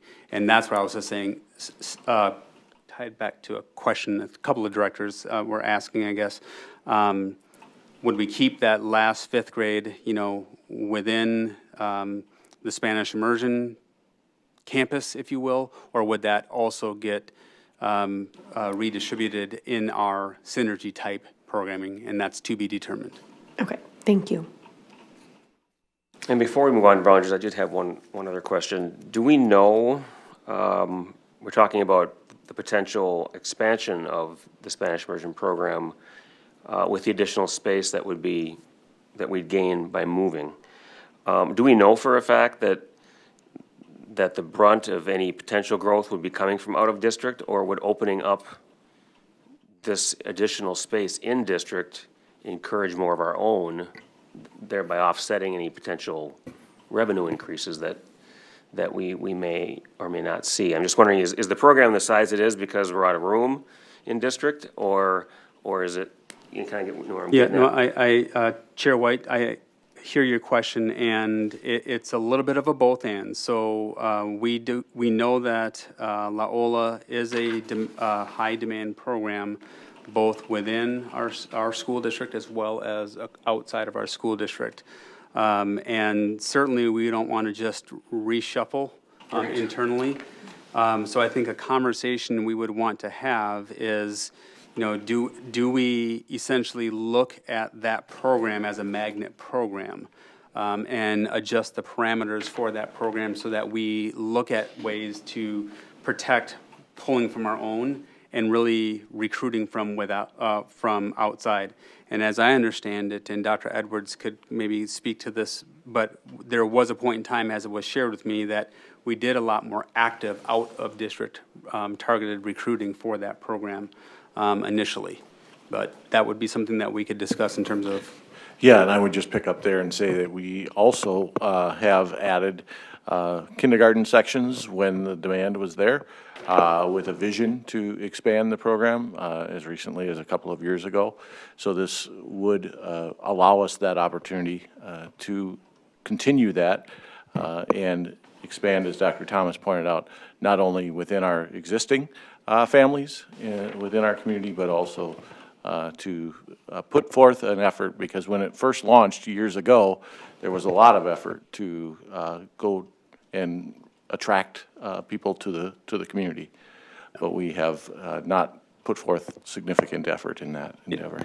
And I would just add that another conversation that we are having is terms of grade band, and would we look at pre-K as well. We know that there is currently out there in our community markets for immersion at pre-K.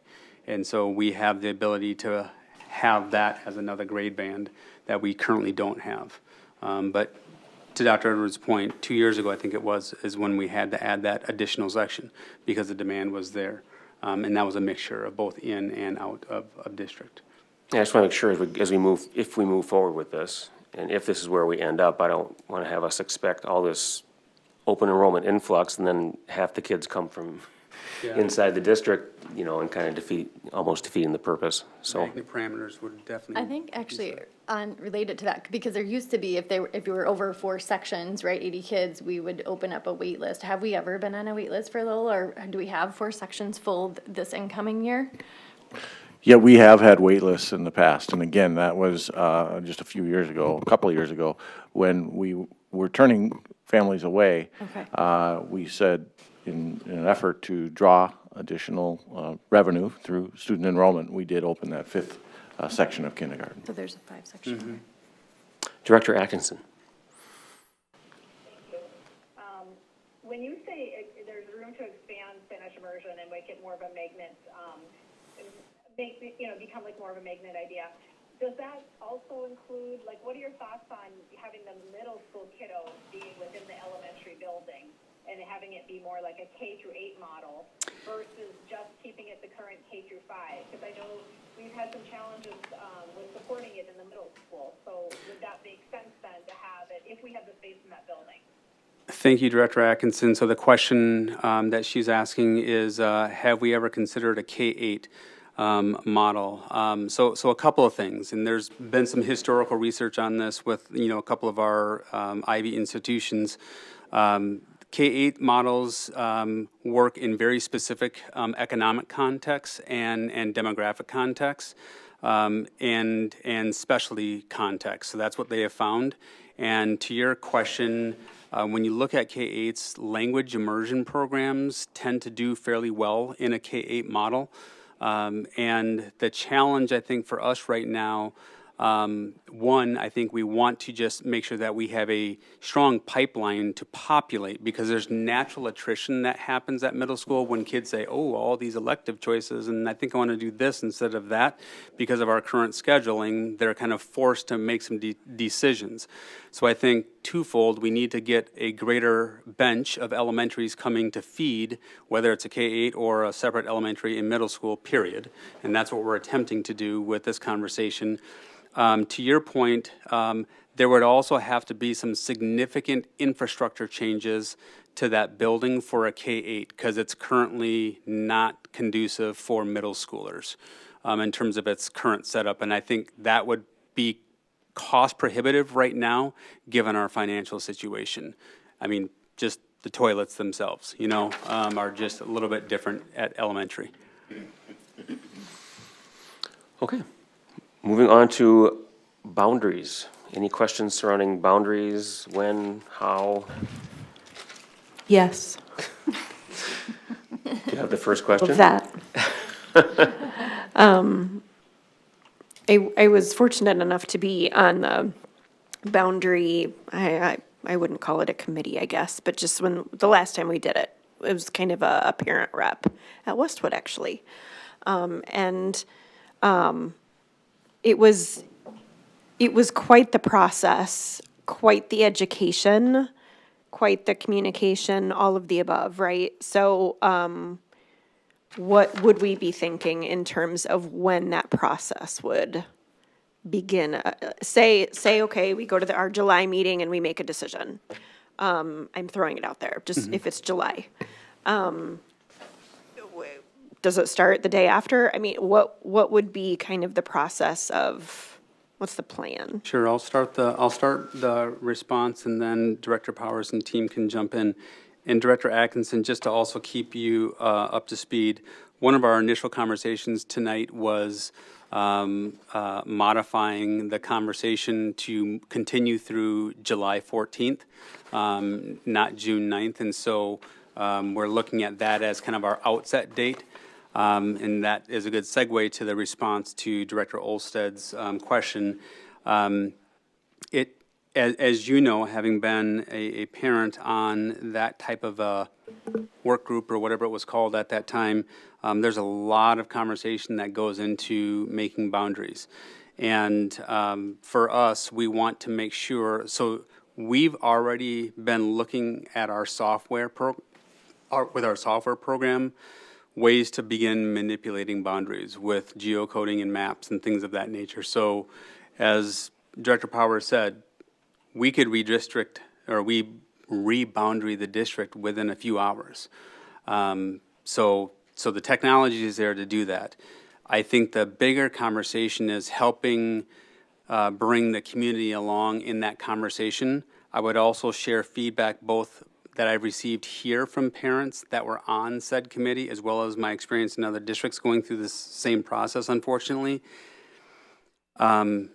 The challenge with those kind of work groups, for lack of a better term, I'll call them, nobody wants their boundary changed. And so those become very inefficient ways to engage community on a decision that is too emotionally close to them being impartial to seeing the forest. So I think presenting some boundaries for discussion is a better model of, I guess, engaging, if you will, with some of the rationale, similar to what we've done tonight. We've presented some data for conversation, for discussion, but to think of all of this live in the moment at the dais, you don't do that. So I just think that's a little misleading for parents, that they would actually be able to say, yep, do mine. Not to say that there aren't families out there who understand that, but I think that's a challenge when we're in that space. So I would say if July 14th, the board takes action on this type of a proposal, then we would be spending essentially July through September, at the latest, maybe August, so that we could have some time to have some work sessions with the board around some boundary scenarios, and kind of how we've approached it, the different types of ways that we could draw boundaries. And that still gives us ample time to meet that October deadline, both for MDE, but as well as our ability, because I know Director Herman's team from HR is going to have to go through a very heavy lift as we also are doing some of the staffing adjustments based upon said conversations that we're having. So, so yes, to your question, it's already started. We've already mocked up various different boundaries with our software of the types of conversations that we're having tonight, should any of these come true. So we have a starting point to open up a discussion. But we don't have to have a solidified, redrawn boundaries plan For by MDE, October. no, the only thing that we Yeah. have to have ready for October is our intent to close a Correct. school program with MDE.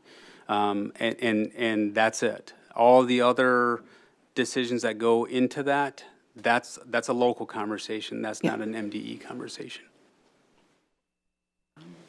Mary? Oh, sorry, Charles. When should those be done? I'm going to defer to Director Powers and Director Herman to just kind of speak to the loads that you both will be carrying with this, in terms of your ideal state, as we kind of Yes. back map. Yes. Yep, and that's what we did. Ideal is the Like preferred January. answer, January. not the latest, not the earliest, the ideal. Director Frederickson's group last time spent all of 3 months doing it. And I know that's, So it wasn't necessarily just my group. We had consultants that came in. So I don't want to Yeah. say that we're capable of doing it. We worked with consultants on the software programs. So we can certainly assist with those again, but again, it wouldn't be my team that's making the decisions on what boundaries would look like. ideally, I'd like to have it done before the end of summer. Because I want this, Summer? before the end of this summer with the boundarying, yeah. And my presentation, not necessarily the community involvement side of it. Like Dr. Thomas was mentioning, I want to make sure I've got a couple of viable options to provide to the group so that we can say, here's what it could look like. A scenario, B scenario, C scenario. I would like to get that done this summer. Boundaries. Scenarios. Okay. ABC, got it. Okay, cool. Thank you. Director Johnson, sorry, members of the board. For the HR side of things with staffing, it really is about back mapping between the May 1st, 2026 target deadline for letting individuals know their tentative assignments. Typically, we start that process in January. That's with no major changes that are coming forward. Ideally, we would be able to start that in December, November timeframe, so we can really start looking at the known staffing that we have to make movements around, those contracts that are creating any sort of bumping or reduction in force language. And then there's going to be the unknowns, and that's typically around your classrooms, your special education staff, where are they moving to, where those students go, how many sections are we reducing as a total district because of the move. We'll know more of those really based off of the enrollment. So that is also why it would be beneficial for us to know boundaries by the beginning of the school year or early fall of 2025, so that while we're going into enrollment for kindergarten, individual families aren't delaying that enrollment because they want to know what school am I enrolling to, what am I going to, or open enrollments aren't delayed because of that same rationale. So for me, my deadline is still May 1st. It's just the process all the factors that impact that process creates a little bit more parameters that we have to look through. That would be helpful if families and staff knew boundaries prior to that, so that we could move forward in that whole process starting in November, December. If I could seek clarification, like early fall, October 1st to October 15th? Early fall or September timeframe? Director Johnson, members of the board, from my individual perspective, sometime in October would be beneficial. Okay. But I would listen to all the different factors that are impacting that, because it's this big, huge puzzle that's happening. But for me, I would assume that enrollment for kindergarten and open enroll families and IDTs and all those others, if they know by October, Yep. we should be able to then have that data in November, December to start our planning for staffing moves from there. One more question. Yes. Director Frederickson, excuse me, I'm sorry. Enrollment starts October 1st, correct? The official October 1st enrollment is due at the state. That's the official date. You actually have until I think January 10th to actually finalize it, but they're counting the kids that are actually enrolled on October 1st, but knowing that some of those reports are coming, they give you until the beginning of January to actually report them. But the October 1st is the official enrollment count. Open enrollment starts when? Open enrollment can be at any time.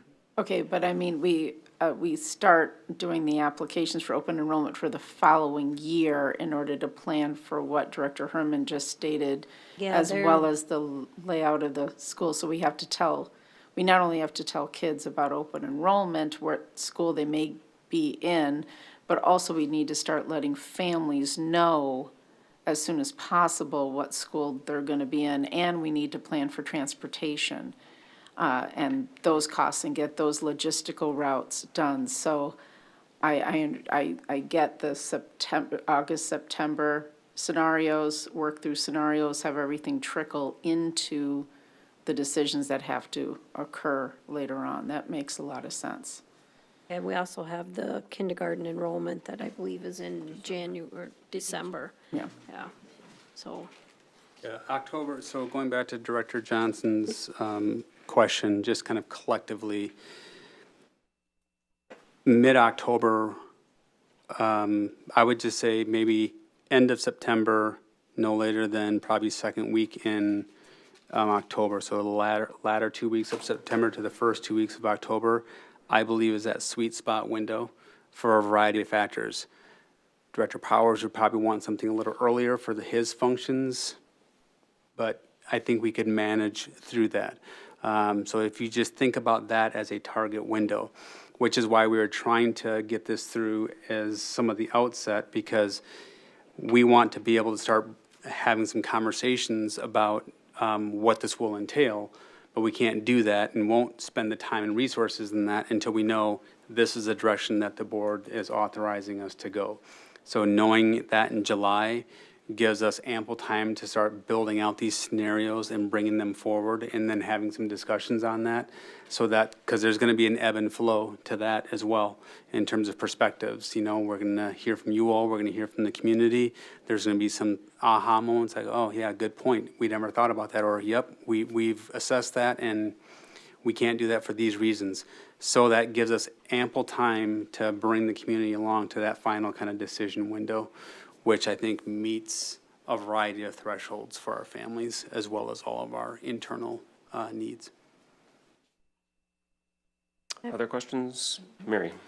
I'm going to piggyback on what Director Olstad started to say about the boundary discussions where they were educational.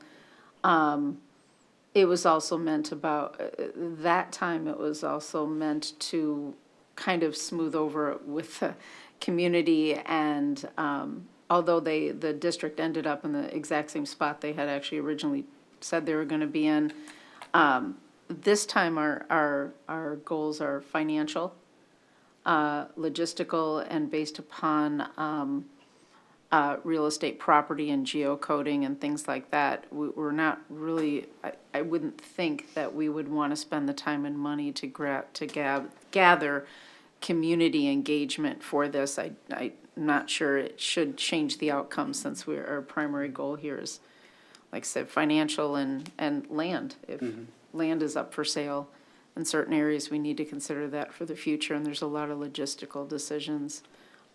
So I would not be in favor of having large, and spending the money to have large community meetings for this. As much as I'm sure the community would want to have their input, I'm not quite sure it's in our best interest to, and cost and time to open that up. Dr. Mason? Yeah, one more question. When deciding boundaries, I'm not sure who this question is to, but are we working with the transportation company at all to see if there's any impact with transportation costs, just general transportation and maybe even special ed transportation by like rebounding one way or another? That'll definitely be a part of the conversation once we get to that point. Okay. When I have some scenarios to give to them, I've already started the conversation. They just need to know what our ideas are going to be for those boundaries, and they can come up with the costs. Okay. And as yeah, we'll just leave it there. one Yes. comment. Kind of wrapping up, we've listened to a lot of information tonight, and I appreciate hearing it all. Kind of how you started out the conversation, Chair White. I really appreciate the sensitivity to not rushing, making sure that there's ample time for questions, both with the board and the community. And I think, Director Olson, you asked, is that okay to move that up to July? And I think that's really my question for the district team specifically is, given all of the factors that we've heard tonight between HR and facilities, does delaying our vote to July add to challenges in this process? I don't think it would add any challenges that would prevent us from accomplishing what we're trying to accomplish. Again, our June 9th was our starting point, given how we kind of back map things. And maybe the distinction between what's the ideal and what's the real. I think the June date, knowing that there's going to be hiccups, we always build in that extra buffer. That's just how we operate as a team. And so if we get it done, and again, we weren't trying to rush any process. Director Franz, I think, brings a good point. We've been talking about not the specifics, but we've been talking about the need to have this conversation for the past 7 months or so. And now that we're getting to the kind of specifics of what will that actually entail, I think that's where we need to kind of now kind of hit the pause button a little bit, let some of these responses sink in, and get additional perspectives and thoughts from folks at our input at plsas.org. And that's great, and we're going to try to flip that forward as well, like we did throughout the levy campaign. But I think if the board took action on a type of plan in July, Vice Chair Bullion, I think we'd be fine as an administrative team to still accomplish what we need to in a way that would not feel rushed to us nor the community. Okay, if there's nothing further tonight, I think we have some time for everybody to dig into this. Director Atkinson, you get the last word. Oh, gosh, I don't want that, but I just have a question. I'm just wondering what the board can expect coming out of this. Are we going to see some different scenarios? I know this was your proposal, so my question is it, are you asking us for us to give you our proposals so you can go back and look at different scenarios? I know when we did the budget process, you were looking for guidance from the board for the budget, and so I was assuming that that same thing would happen in this process, is that you'd be looking for some guidance from the board. And I'm wondering if we'll see some different scenarios going into that, possibly that June meeting, so that we can make some decisions based on different scenarios. Director Atkinson, so the question is, are we seeking guidance from the board? Yes, that's what our work sessions are for. So if there's something specific about how we opened up the conversation today that you say, Michael, we would like to see, this costed out or whatever it might be, and that's the will of the entire board, then that's what we would do. Director Mason. Yeah, I was going to ask the same. Thank you, Lisa. I mean, I think that we should get the will of the board and our thoughts on how to proceed. And I'm just reflecting, obviously, I've had students at Loyola Del Lago and Westwood, and I have family and friends there. And so, trying to not make this a personal decision, it has to be a data-driven decision. But just looking at everything that was presented, I would really love to see valuations on Greenwood, Westwood, and Five Hawks, actually. I know you mentioned we didn't really look at Five Hawks, but that was because of remodeling costs, right? So if we were looking at closing potentially a school building and selling it, I would love to factor in the valuations of those buildings and the operating costs that we would save by actually moving DSC staff into an existing space. I think that would really help inform my decision. I think, you know, just again, data-driven decisions and looking at capacity. We have a lot of capacity across our buildings, and I think we can fit our staff into, there's probably many options. And actually, you know, looking at enrollment for kindergarten, I mean, we were just presented with the number tonight, and 20% of our kindergarten class is open enrolled, right? So not only do we have space, but a lot of our space is being filled with students outside of our district, right? There's just nothing, unfortunately, in our data that says that we would need an extra elementary building in any sort of foreseeable future. I think it's the responsible thing to do, especially if we are going to ask our community for levy dollars coming up. We shouldn't have empty school buildings that we're keeping open. So are you asking for a valuation of Yeah, and those just buildings? options on moving DSC into an existing space. If we were to sell an elementary building, I would like to see those numbers. I think that's an important piece of this puzzle for me. To, you know, I think it's another piece that we have to explore and not just settle on moving the staff into an empty school building. So I'm looking for consensus on taking, having administration get a valuation not only on the buildings, but on the costs to move to each, you're talking about to each one? Yeah, I mean, again, just some options. Where else could we put DSC staff? What other buildings? And if we were to sell an elementary, what savings does that get us? I think that's a piece of data we're missing, kind of, right? It's helpful to have. Director Friends? So you're asking to look at not only selling the DSC, but also an elementary school? Correct, yeah, to save on the operational expense.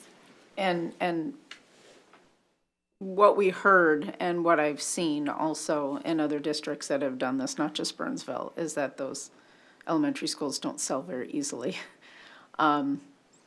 So I guess I'm just trying to confirm that you're asking the board to put up at least one elementary school, do the analysis of what they would potentially be worth, and I'm not sure. I would ask, is that possible? I've got them. Okay, it's possible, but you don't know if it'll sell. It'll Don't just. know if it'll sell. Yeah. Yeah. But I do Okay. have the evaluation. Saron Properties did the evaluation on For 2 each of them, locations. we could go- Not Westwood. Not- I did not look at Fine. Westwood because it's attached to Edgewood.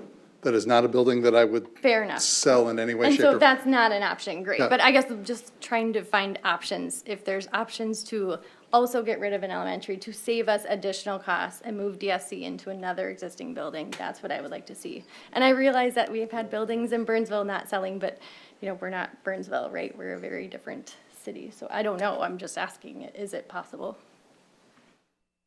Yeah. If I could ask a clarifying, Go ahead. if I could ask a clarifying question. So your, the information that you're seeking is for the 26-27 school year, instead of just selling having the putting the DSC up for sale, doing both, the DSC and elementary. Correct, and moving DSC into some existing space, whether high school, middle school, Bridges, Edgewood, I don't know, anywhere. And I appreciate I guess, after listening to the presentation tonight and the recommendations, based on all of that we learned from the team tonight, it's, I don't know how to say, it's like, it's 2 years of work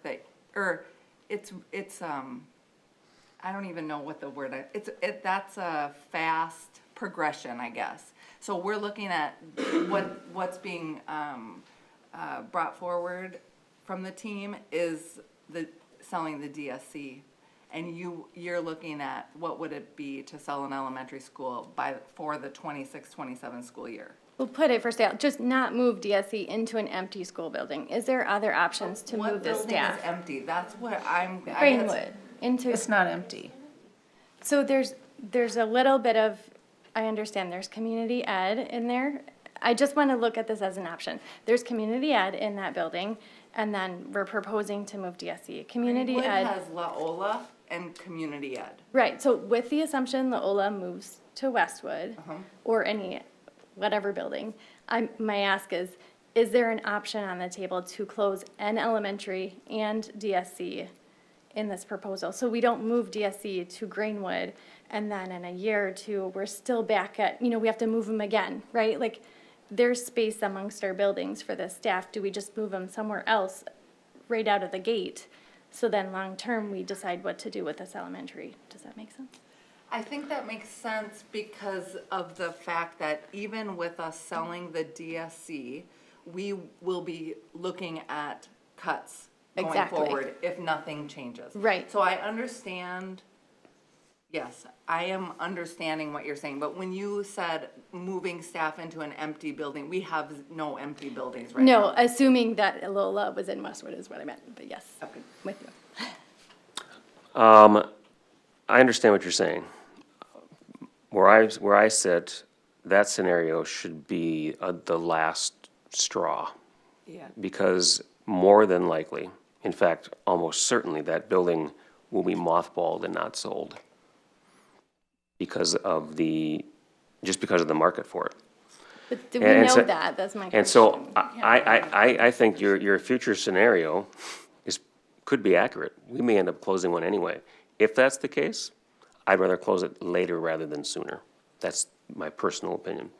And because the numbers don't look good as far as enrollment in the future, but we don't know we can't really tell that at this point. So I'd rather, from where I sit, err on the side of, if that's gonna happen, let's make that a last resort and not a first one. And I don't disagree. My only concern is that we're spending 600-some thousand to make the building useful for an administrative staff. So should we be looking somewhere else to invest that money if that's the end route anyway, right? Like, it's just an option. I just. Well, would so like then to- I have this question.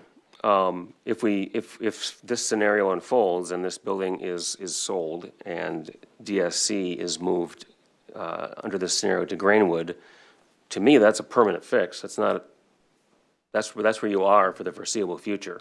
Whether we sell a building in the future or not, DSC is at Greenwood, no matter what happens.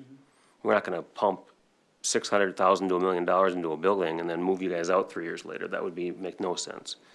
So that's kind of why I'm where I'm at, because this is, of all these scenarios, that might be the most permanent one we're talking about. This is a permanent move, in my mind, just to be fiscally responsible. Right. Director Atkinson? Yeah, so I understand, Director Mason, what you're saying. My concern is that we have, if I'm looking at I took the capacity numbers from the financial report as well, and we have like room for 450 students in the middle school and 550 at the high school.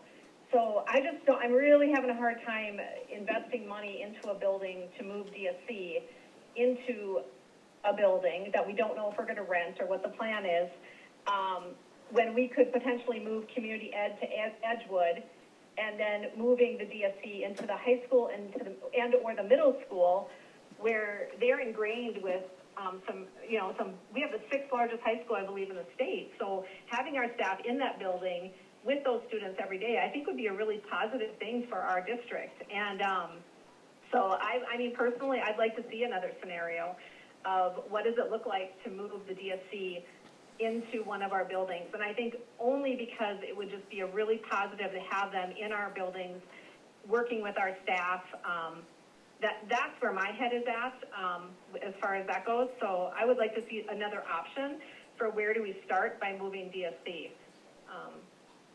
And just so everybody in the audience could hear, Director Atkinson is in favor of exploring other options, whether moving DSC to the high school or another building. That was her preference. So I'd like to kind of get consensus here. Is there a consensus we have some information that Director Powers already has as far as the valuations of the buildings. Is it the will of the board for other scenarios to come before us, I would assume at one of the June meetings, or not? Yes, I would love to see everything that you had to get you to this decision. That's a different ask.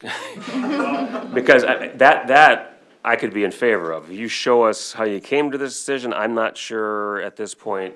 He did. Yes, Any other, because he mentioned many times, right, you worked in Burnsville, right, all of these other things, but I don't see it. You told us it, but I don't see it. And I'm very much like Director Mason. I want to see the data behind it. so is that? I have no idea any of those other things. I'm not saying I don't believe you because I do, but where's it at? That's it. This is one concept that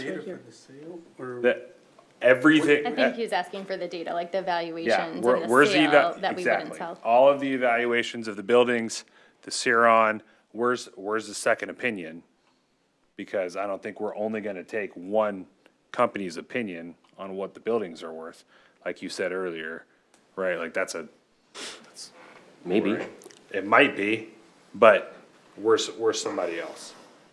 So I guess I gotta be clear on this, because we have two different things going on here. I think you want information that's already been gathered, Because, yes, I would- Provided to the board. I would love that as well opposed as- to a whole new ask Oh, I want that too. but those are two different things. So let's keep, is it the will of the board, to Director Mason's question, to have the administration bring forth other scenarios that we have been discussing? So I'm just gonna go around the table. Jessica? No. Charles? Yes. No. Amy, you know? No. Yes. Lisa, you're a yes? And I'm a no. So the second question, is it the will of the board to have whatever information you used to come to this recommendation provided to the board, for us to peruse, look over, generate more questions? Can I make a suggestion? I assume that means that we're going to be sending questions, so it's not this open-ended, provide everything with everything, not really having any boundaries or understanding with it. So should it just be that before the June meeting, and then, of course, we're voting on July, voting in July, that before the June meeting, that we all send in those detailed questions to make sure they're That's where I was included? going Okay. before these questions popped up. I would think it would be wise for the questions to come in between now and then. If they can be answered before the June meeting, that's great. If not, maybe another quick synopsis around whatever maybe the whole board needs to know, these questions came in, this is how we answered them. Just kind of an update as to where you're at with not only the input, but with questions that have come from us. Can I just clarify, like, you just said that we're not looking at the other options, this is the only one presented, so why are even we do the asking other questions? question? Because you asked me to. Well, it doesn't matter because this is what we're gonna do. Because We haven't everyone voted just yet. shot it down. I this is see the it only thing. as taking this, what we've learned tonight, and correct me if I'm wrong, please. Taking what we've learned tonight, because I know me, I want to digest this. I'm gonna probably have more questions for Director Powers, for you, Dr. Thomas, for staff to digest. And absolutely, we should do that. Ask the questions. That's how I take it. Am I wrong or misunderstanding? I mean, I don't personally I see had it planned like on doing that. that anyway. Yeah, absolutely, but I see it as Director Mason just said, hey, why don't we look at another option, and everyone just said no. Go ahead. I mean, is that incorrect? I guess. I said no to another scenario, other scenarios. Correct, that's what I said. You want to stick No. to this one? I understood. That doesn't mean Right. we can't ask questions about this. No one's saying that, absolutely. And But we're gonna stick to the this. board you are. but the board has the right to to take action on any part of this plan, all of it, you know, we can do whatever we want. We can close every building in the district if we want to by a vote. So I think we need to give clear direction to administration, so that's why I offered the extra time for input and for questions ahead of the June meeting. And at that point, I think then we can really give clear direction moving ahead to the July meeting. I could come up with questions tomorrow that I can't think of tonight. This is a lot of information to take in. absolutely. And I think that there is plenty of time for us to absorb this and to make sure that we are thorough in our examination of this before we move on to other scenarios. If I could just, what I was going to say, like, I understand what you're saying, Director Johnson. I understand what you're saying, Director Mason, as far as having another scenario. And I think why I said no is for another scenario is because this is something that has been being talked about for months. Like, I think, Dr. Thomas, you said 7-8 months, that these conversations have been out there. And the district staff and team, with the knowledge that they have, this is their profession. This is what they do all day, every day. And for me, I'm just thinking, if they've been working on this for over, for the better part of a year, coming up with doing all the work to bring the board the most efficient, all of, their best case scenario in all of the things that they know, I think that's where my no comes from. I feel like they've exhausted all of the scenarios. And I understand, like you saying, Chair White, we could say no to it all. I mean, respectfully, this is the first evening we've gotten through this. So yes, administration has probably been looking at different things for months, and I know they have. That's great, but we got a very high level deck. We don't have some of the data that I think you have, valuations, things like that. So again, I just asked for another option for the DSC staff to move into empty buildings, unused space in buildings if there are other options. I think that move into Greenwood, as you said, is a long-term decision that we are making very quickly, and that I'm very uncomfortable with, and I think our community would be too. And I think we also need to think about a levy, and if that is where we're going, our community needs to know that we've explored all options. I think presenting one option to the board and us deciding not to explore anything else is a bit of a rash decision, personally. That's where I'm at. I would just like to hear other options. And I think my final comment would be, I mean, there was different scenarios in this presentation, and Not why? to move DSC though, just the buildings, right? Yeah. Okay.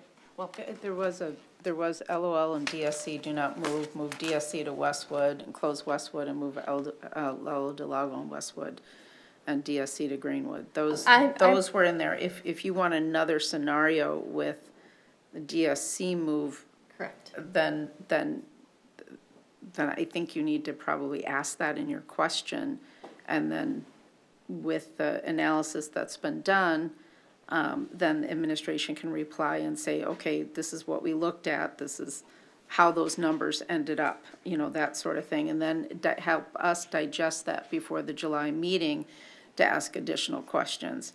I understood wanting to go through with closing DSC and selling an elementary school as the thing that we said no to by July 9th. I think that is a large ask, and I don't think that's necessary at this time. But as far as the rubric that is in here with the decisions that were made and what the qualities of those decisions were, in other words, remodeling, supports program growth, additional funding, building efficiencies, stuff like that. If you have questions on that, by all means, I think everyone should be sending in their questions to 100%. administration Of course, they've been to sent. ask all those, including those questions about Edgewood that you had. They've all been asked, yes.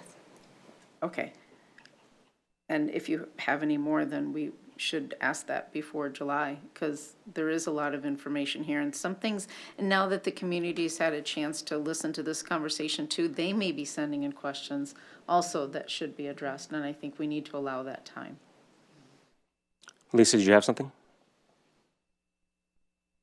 Yeah, I mean, for me, it really, my head is around DSD. I'd like to see the cost-benefit analysis of how they landed the DSD decision at Edgewood.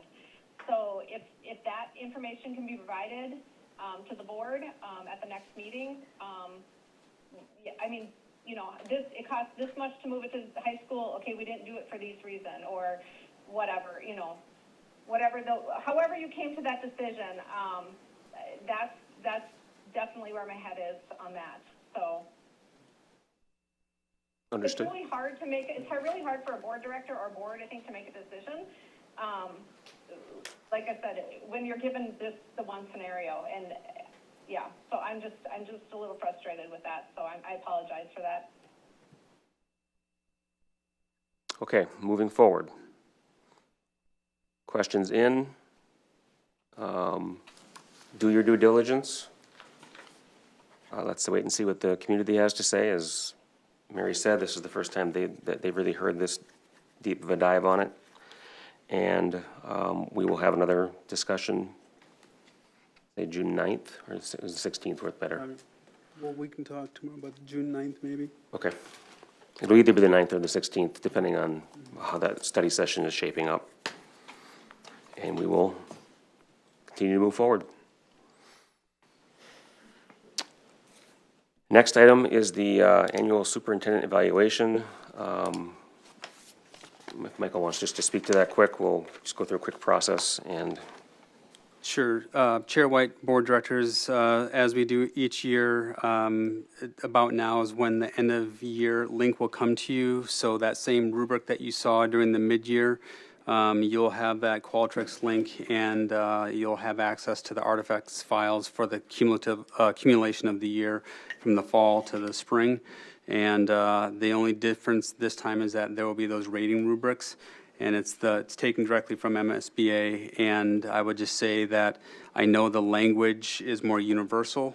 So that was a kind of a question. I think when some of you were new to this, one word you were kind of hung up on.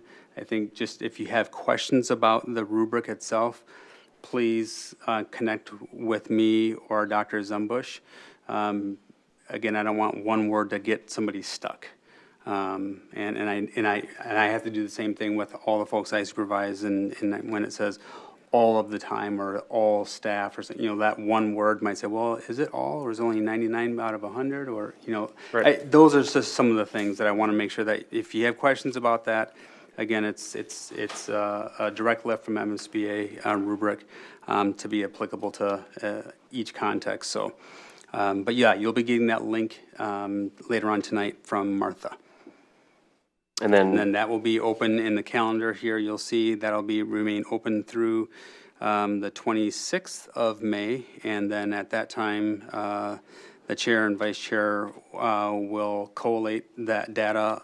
Dr. Zumbush will collate that data for the board chair and vice chair. And then that information will be shared, I think, with me in advance to give comments to. And then I think on June 9th, in closed session, you all will deliver that information. And then June 16th, the board will have their annual statement. Okay. Okay, I think we should probably take 5. Let's meet back here at 9:30, and we'll figure out how we're going to move forward here with policy.